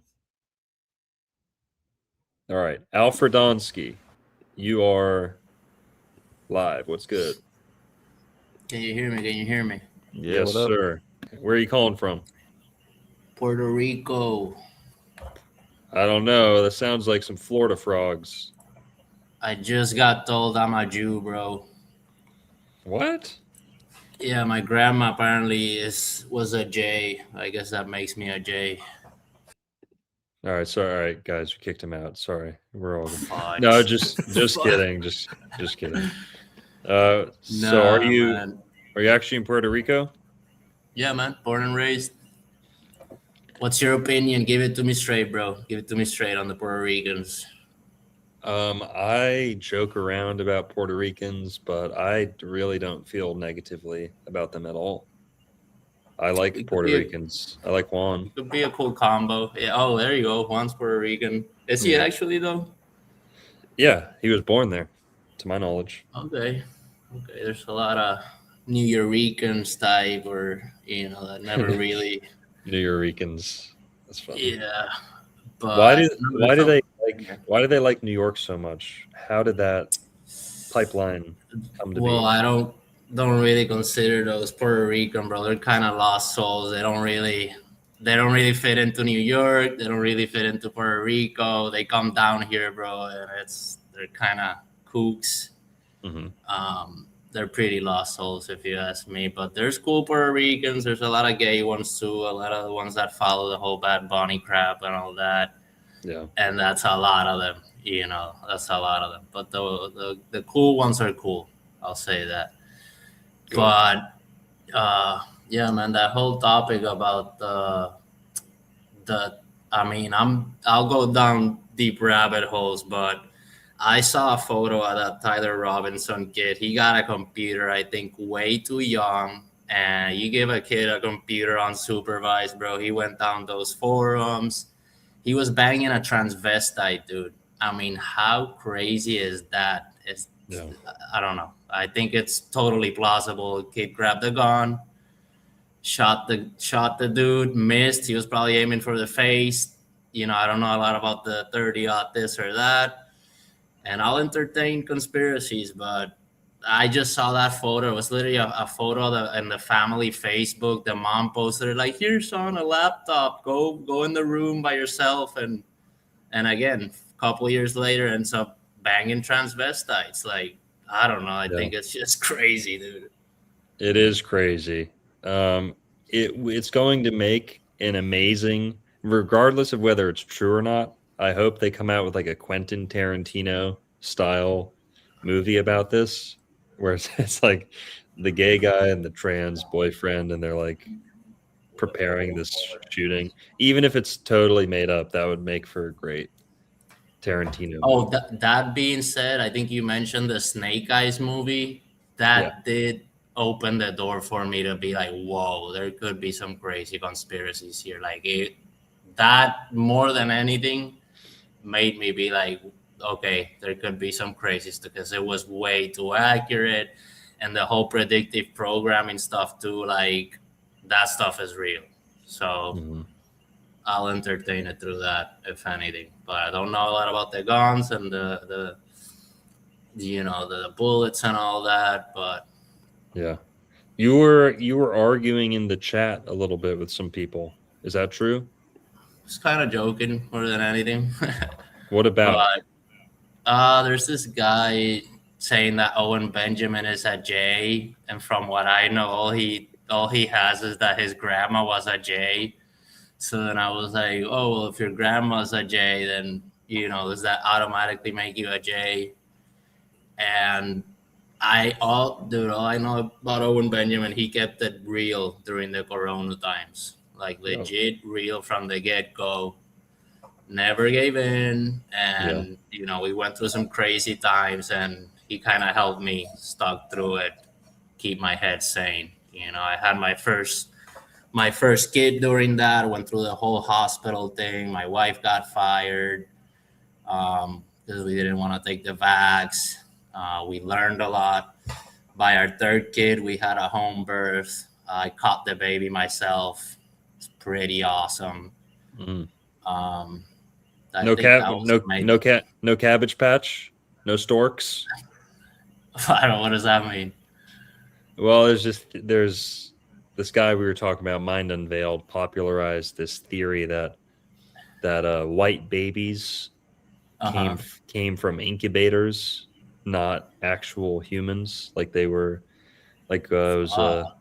Don't worry about it. You don't need to lower your you don't need to lower your IQ at that. But it sounds pretty low. Yeah. But my wife is from Rhode Island, so we got a good mix going. We got I got some caucus blood in the family. Nice. Yeah. That's good, man. Where are you outside? It sounds lovely over there. You by a lake or something? No, right now the power is out. You're probably hearing the generator. I hear it sounds like frogs or crickets. Oh yeah, you probably hear the coquis and a bunch of we got the coquis and the I forgot what you call it in English. Probably the cricket or something. I guess that I'm so used to it, I don't even hear it. Some people come down here, they can't even sleep because of that noise. But I don't even hear it anymore. I'm so used to it. Yeah. But big fan, man. Big fan of you. I think I don't know if I found you because of Owen Benjamin or what, but I'm a big fan of the crew. You and pretty much try to keep up on everything you got. You should do a stream on Puerto Rico, man. There's a lot of interesting stuff going on here. I think it'd be related to Florida. We got a lot of of historical stuff that I feel hasn't been tapped into. Be cool if you eventually do something like that. Thanks, Alfred. Appreciate you calling in, Got it, man. Appreciate Alfred calling in, giving us warm wishes from Puerto Rico. And yes, Juan and I have done at least one stream on Puerto Rico. It's probably real far back in my live streams, but we talked about, Juan Ponce de Leon, the guy who discovered Florida. He was governor of Puerto Rico first. Then he lost that job. Then he went and came and found Florida. So, yeah, we talked about that. Also, man, what was I going to say? Oh, I had a joke that I wanted to tell. The Candace Owens and the Andrew Wilson debate. People are saying there's no winner, like it's a lose-lose for everyone because it's just ugly and no one can agree. And, this poor guy's family is at the center of it all. There is one more winner that I can think of, though, with the Candace Owens Andrew Wilson debate. That is Hunter Biden. Owen Wilson. Owen Wilson. Okay, how's wow? I think he's getting some extra clicks off this because everyone's searching Candace Owens, Andrew Wilson, Wilson. Yeah. Owens versus Wilson debate. Yeah. All right, guys. Team in the Philippines. Just cut that part out. All right, I'm gonna work on that punchline a little better. But Owen Benjamin Netanyahu. There's definitely a connection there. Yeah. And Owen's only 1/8, guys. Oh yeah. And yeah, Alfred brought up Owen Benjamin. Guys, Owen Benjamin's always been good to me. He didn't have to be. There's certainly a lot he could make fun of or whatever. And he's always been good to me. And I appreciate him. I appreciate his support, noticing, he does a lot for people who are smaller than him, not just in size. He's a tall guy, but, in community and viewership. And he's always lifting people up. The number one thing I like about Owen, his family. You can't fake that. Okay, I have immense respect, immense admiration for people who keep the family life together and thrive. The family life is thriving, even though they're knee deep in the darkest, deepest rabbit holes, all the conspiracy theories, all the fucking, you name it, all the deep, dark, disturbing conspiracy theories. We all know what it looks like. These people get burnt out. Their fucking personal lives go up in flames, almost like borderline schizophrenic. That's the worst that conspiracy theories can do to people. It sucks to see. So when you see someone,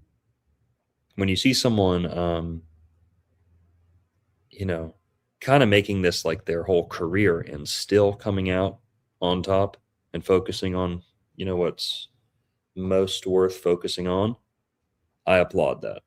You can't fake that.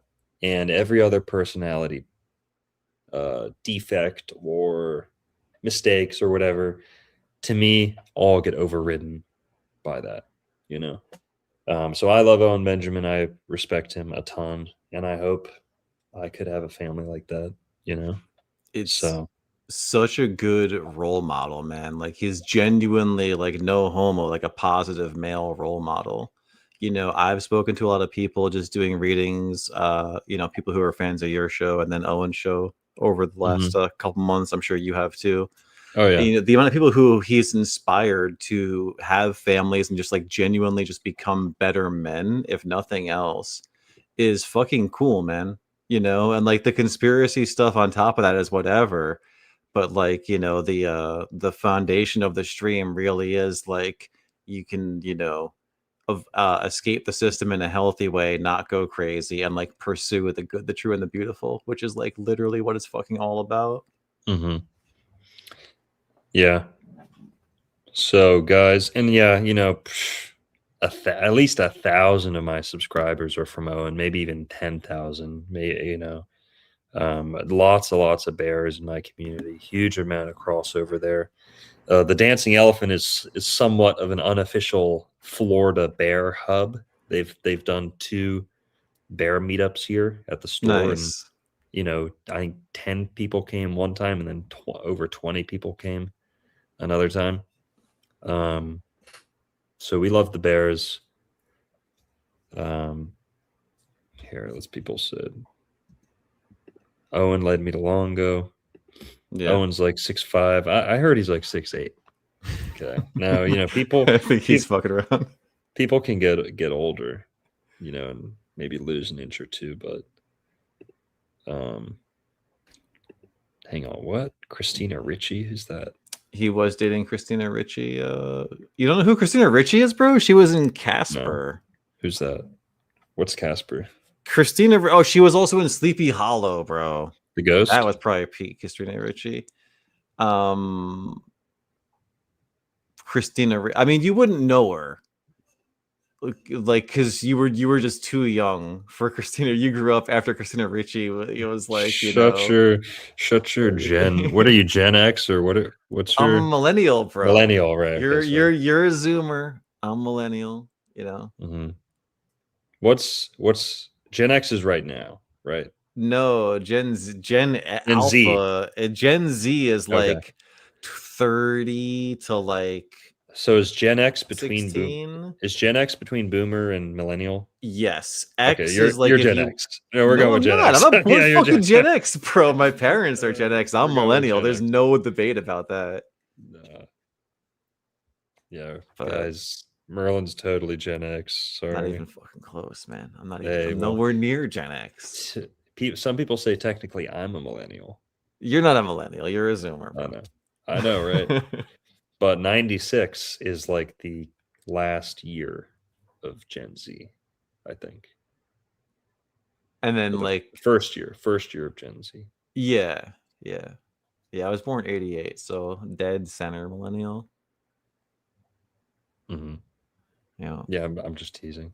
Oh, I know. But you know, like we call people boomers today who are like 60, but they're 50, 60. Yeah, they're really Gen Xers. Yeah, but you know, boomers is like it's almost like a type or personality or I love calling people boomers. It's the funniest thing ever. It's such a distinct type of human. The Israel worshipping Fox News viewing archetype. It's so real, you know. Yep. They're either glued to CNN or glued to Morning Joe or glued to Fox News.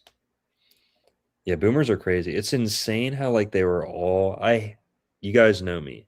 Okay.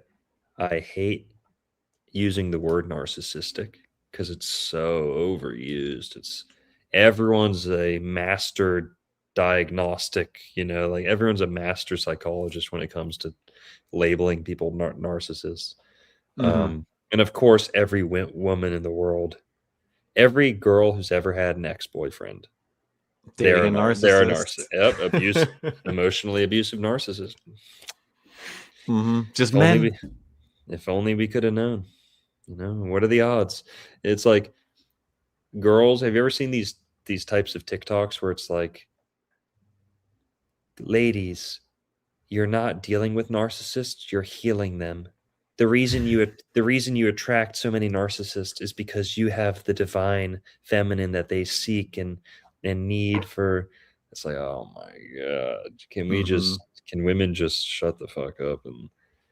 And but also Leo narcissism, there's a real link. Okay, Leos have real narcissism, meaning like it's not coming from a place of malintent. It's like they're just so self-oriented and so limelight, like in the limelight, like they almost can't see down in the crowd, you know.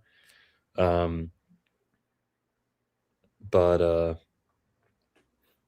Leos can be very like kind of sociopathic, psychopathic, you know, like the cat playing with their prey or whatever. But yeah. Dude, thinking about before, I was saying Apollo. It's a pollo, is what I'm getting at. So, like, Apollo is the anti-chicken. A pollo. It's not pollo. So, like, you're a brave lion, you're not a cowardly chicken. Yeah. It's literally, yeah. It's also kind of like the rooster being Yes. the sun, solar animal. Yep.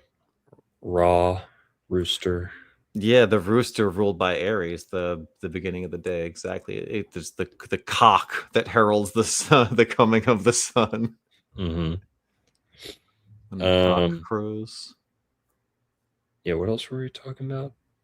For a sec. Women, astrology, narcissists, boomers. Okay, boomers. Yeah. Why are all boomers like actually narcissistic? Like, I don't know. Maybe I can say that in a better way. But what do you in the chat? What do you guys think? Isn't there just something so strangely like anti-human, inhumane about boomers? What do you guys think? Is it because they like all got abortions and just like had to rewire their moral fabric because of that? What is and it's also there's also like the hedonism of boomers is just like off the chain. I mean, yeah, what boomers consider living temperately and like calmly is actually like I don't know, like the depths of hell to other people. It's like full enslavement to brands and TV shows and so material, like so next level materialistic, so unwilling. And I'm generalizing, of course, but the whole a joke that like boomers got their house for like $50. Now it's worth $5 million, and they're telling their kid to just go pick up a job at the ice cream shop. Just go pick up go pick up a job at the ice cream shop. Pick yourself up, get a job. Come on. Hey, when I was your age, I worked 2 summers at the ice cream shop, and I got my favorite Mustang for, worth like God knows what today. Yeah, you could buy a fucking car for like $500 back then. That was top of the market, all this crazy shit. Working at Dunkin' Donuts was enough to fucking pay your mortgage. Yeah. Like easy, and just that inability to like relate to people. And I'm not trying to act like a victim, you do kind of have to be, well, whatever. But what do you think? Do you have any diagnosis on that? Boomers and their kind of mental state? And you have any well-formed opinions on that? Well-formed opinions on the forget mental that. state of boomer. None of my opinion. Never mind. Scratch that. None of my opinions are well-formed tonight. So what you said was coherent. I just think maybe people are mistaking just the behavior of old people as boomers. Maybe people just get more self-centered as they get old, and maybe get a little more calloused as they go through life, and harden up a little bit. But yeah, no, I mean the boomer just misdiagnoses the problems that we have today. They're aware we have problems, but they totally misdiagnose. And they were psyoped, like boomers and Gen X have been psyoped so hard, because think about it right now. If you were a boomer at your age, you'd be living through the moon landings right now. And then Gen X, they were born into the moon landings. Oh, when you were a little baby, we landed on the moon. Now you're going to go through high school and blah, blah, blah, blah. So like those two generations back to back just got psyoped so hard. Like you were saying, slaves to brands, slaves to the television, slaves to everything. That's when we got, all the fake science, mass migration, et cetera, et cetera, et cetera. All these different theories coming at you at once, all these different, things that we know to be ridiculous now.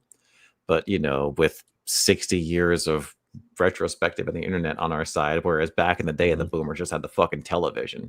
They were just sitting ducks for those psyops, essentially. This is a good point. Yeah, getting divorced left and right. Yeah. You know, here's another thing that Owen Benjamin, I think, has talked about this too. The boomer anthems. You know what a boomer anthem is? It's like every single Tom Petty song ever. It's like, she was hang on, sorry. Hang on. What how embarrassing. Are you gonna do Free Fallin'? Sorry, I gotta pretend fuck what Tom Petty's calling in. Okay. She was an extra slutty girl in a slutty town, in a quiet town, and a super slutty girl wanted to get out of town, and he was a cool dude with a bike and a car, and mama told him he was a Rolling Stone, and don't you ever change me, man. I'm gonna go find myself out there on the road. I know that's not really Tom Petty, but it's like every single Tom Petty song, and like Bruce Springsteen and what's her name, Joni Mitchell. It's like they're all these boomer anthems where it's like, fuck as many people as you want and drift from state to state, and yeah, man. It's like this faux hippie kind of course, the sexual revolution, but it's just like every boomer song from like the late 70s, 80s had this like de facto like Rolling Stone, not the Rolling Stones. I mean like the concept of a Rolling Stone being like, you're just like a drifting vagabond who bangs everything that moves. Yeah, what do you guys think? How's my Tom Petty impression? She was a slutty girl in a small town. It's kind of Bob Dylan-y, I guess. A little bit of a hybrid there, yeah. Too Bob Dylan. Loves your mama. Yeah. Yeah. I gotta put a binder clip over my nose to sound like Tom Petty. A lot of those. I mean, think about the damage that I mean, you want to talk damage? What about Billy Joel, dude? Billy Joel is literally a let's say a member of the tribe writing about slutty Catholic girls. Oh, what is that fucking Billy Joel song? You Catholic girls start way too young. You know, only the good die young, bro. Total corruption of what could be considered Catholic innocence, completely subverted by a boomer member of the tribe. It's just insane, dude. Stop like how filthy Only the Good Die Young is. If you look at it as like an attack on Catholic girls, essentially, it's gross, dude. Stop lighting the audience. Stop lighting the audience. You ever seen that video? No. Billy Joel freaking out on stage because the guy controlling the lights is like not doing it the way he wants. So he's like reprimanding him mid-song. He's like yelling. He's like yelling at the crowd in the theater. Whatever. Yeah, Billy Joel's a fucking Long Island legend, bro. But they love him so much there. We went on a fucking field trip in 3rd grade, and like we saw him on the field trip, and my teacher went and forgot his autograph. Dude, these boomer anthems are like, it's like Jack and what's that song? Sucking on a chili dog. You know, Jack and Diane. Jack and Diane. Yeah. It's like, yep. Yeah, it's like, I banged my first chick in the back of my daddy's car. Yeah, exactly. Diane. It's like I took my dad's car out. Yeah. Knocked up every girl in town. Hell yeah. Yeah. These boomer anthems are like such filth. You know, yeah, I think you said it before, hedonism, right? That was a word you used. It's who the fuck's calling at midnight? All right, this is. Please let me guess. tell me it's someone pretending to be Juan. It's definitely a subscriber. Hang on.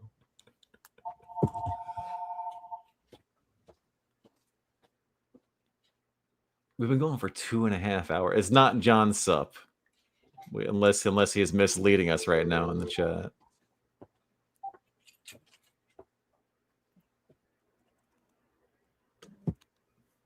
Shit, we'll be going 2.5 hours already, though. What would happen to Rage Against the Machine? Yeah, dude, Rage Against the Machine got so cocked. It's crazy. Who's calling? They hung up, I guess. It's messed up, man.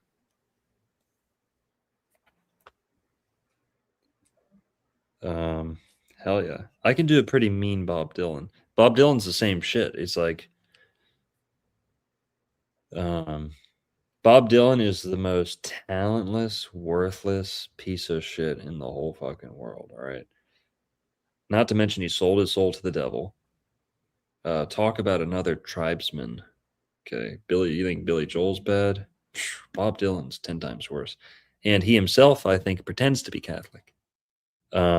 Interesting. Yeah, Bob Dylan sucks. I don't like him. Nothing he's ever done struck me as good. You don't like All Along the Watchtower? I like Jimi Hendrix's version, which is very different. All right, here we go. Let's see who we got here. Dancing Elephant, hello. Oh shit. Pussy.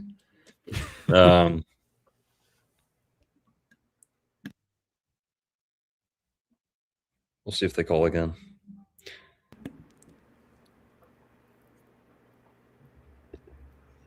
Boomers are averse to saying sorry. It's wild. Yeah. Do you guys have boomers in Puerto Rico? Do you guys? I didn't think any of you lived past 45. I thought you all got I don't know, E. coli or died young, or I don't know. Just kidding. I don't have much to make fun of the Puerto Ricans with. Yeah, Bob Dylan was totally a Mossad songwriter. But all right, man. We talked about great debate a little bit. Anything else we should talk about? Did you have something you wanted to look at? Didn't you have some clips? Clips from the debate? No. Or okay. Clips in general? No. We hit it all pretty good. We got let's see your title. We got the debate, we got the Leo stuff, we got Fishback. You said you had like people complaining about the calendar or something. Oh yeah, I don't have them ready, but in the future I will. I'll have them ready to go. Just people just being fucking retarded, like, because it's so many people who were like, "Oh, don't you know they lie about the calendar? It's actually you know what it is. We've gone through this so many times. It's just a never ending. You know, there's no way to fix it besides just slowly get the ball rolling in the right direction. And it's just so simple because they literally don't understand that the 0.25 is fucking important, which is why the Julian calendar got offset to begin with.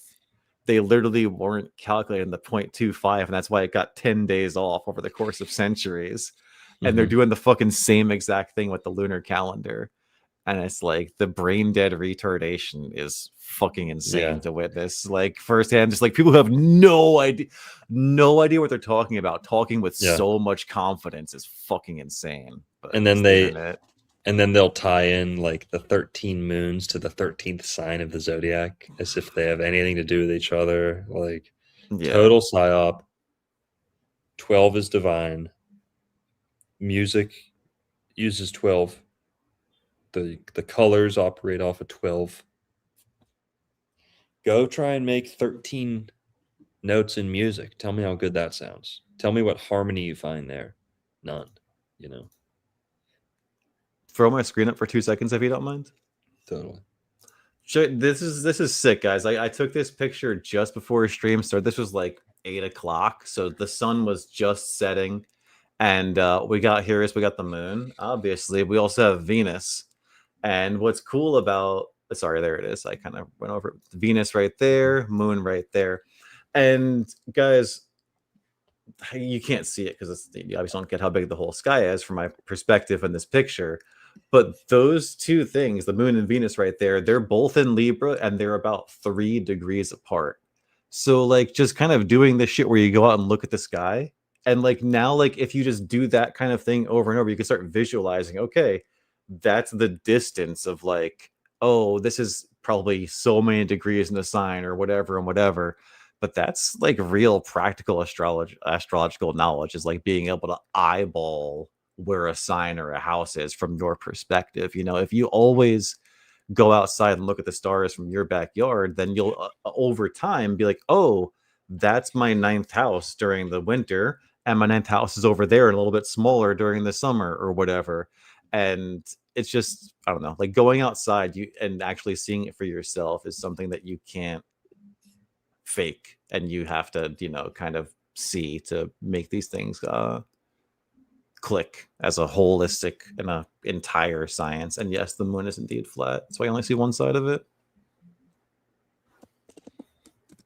Yeah.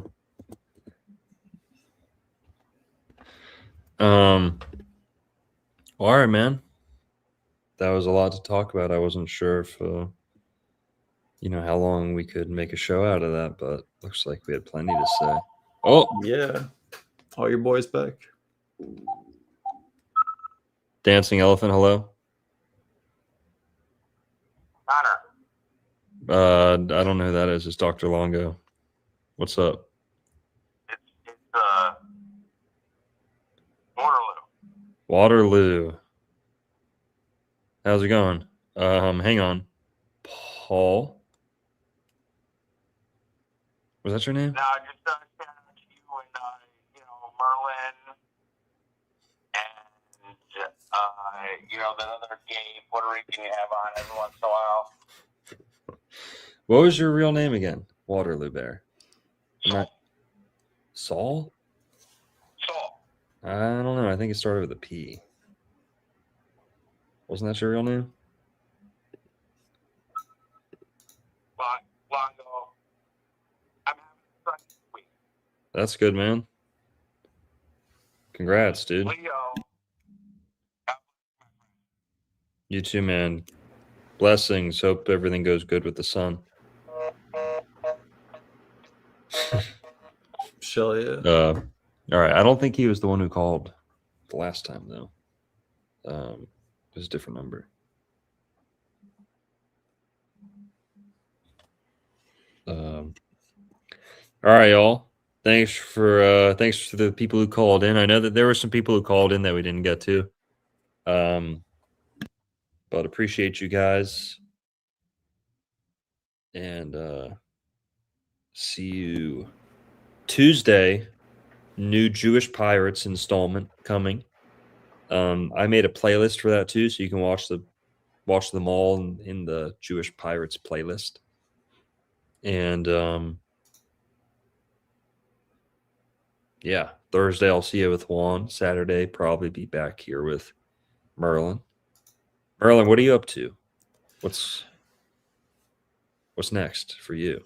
Any videos on the way? For me? Videos on the way, yeah, a couple. I'm gonna do obviously I got the course that I'm plotting and planning, and I've got a Patreon thing that's gonna be going alongside of it. That's gonna be, I'm very excited to talk about. It's got a dope name, but I will put that in my back pocket for now. But I'm also gonna do some. I'm also gonna do some fun videos. I think just kind of fucking around, reacting to TikTok astrology, because I don't know if you guys ever go on TikTok, but TikTok astrology is fucking wild. So I'm gonna just give some colorful commentary on that, and I don't know, just try and do some more videos. You know, as I try and get back into the swing of things. Essentially, I've had a very slacking summer when it comes to videos, so stuff's on the way. Totally. Yeah. Well, that's good, guys. Everyone have a good night. Thanks for tuning in. And make sure to vote FISHBACK if you're a registered Republican. If you can register Republican between now and the 18th, try and do so. I don't know if you can, but we need FISHBACK to beat out the other Republicans so that he can then win as governor. But we don't want anyone else winning that Republican nomination. Needs to be FISHBACK, guys. Be dark days for Florida with Byron Collins, Itty Bitty J. Sorry, Byron Donalds, Itty Bitty J. Collins, and No Real Chance Renner. Zero Chance Renner. Okay. Paul Runner. It's going to be running away. Okay. Fishback's the only one who actually has a chance to win. So let's get Fishback in there. All right, y'all. Peace.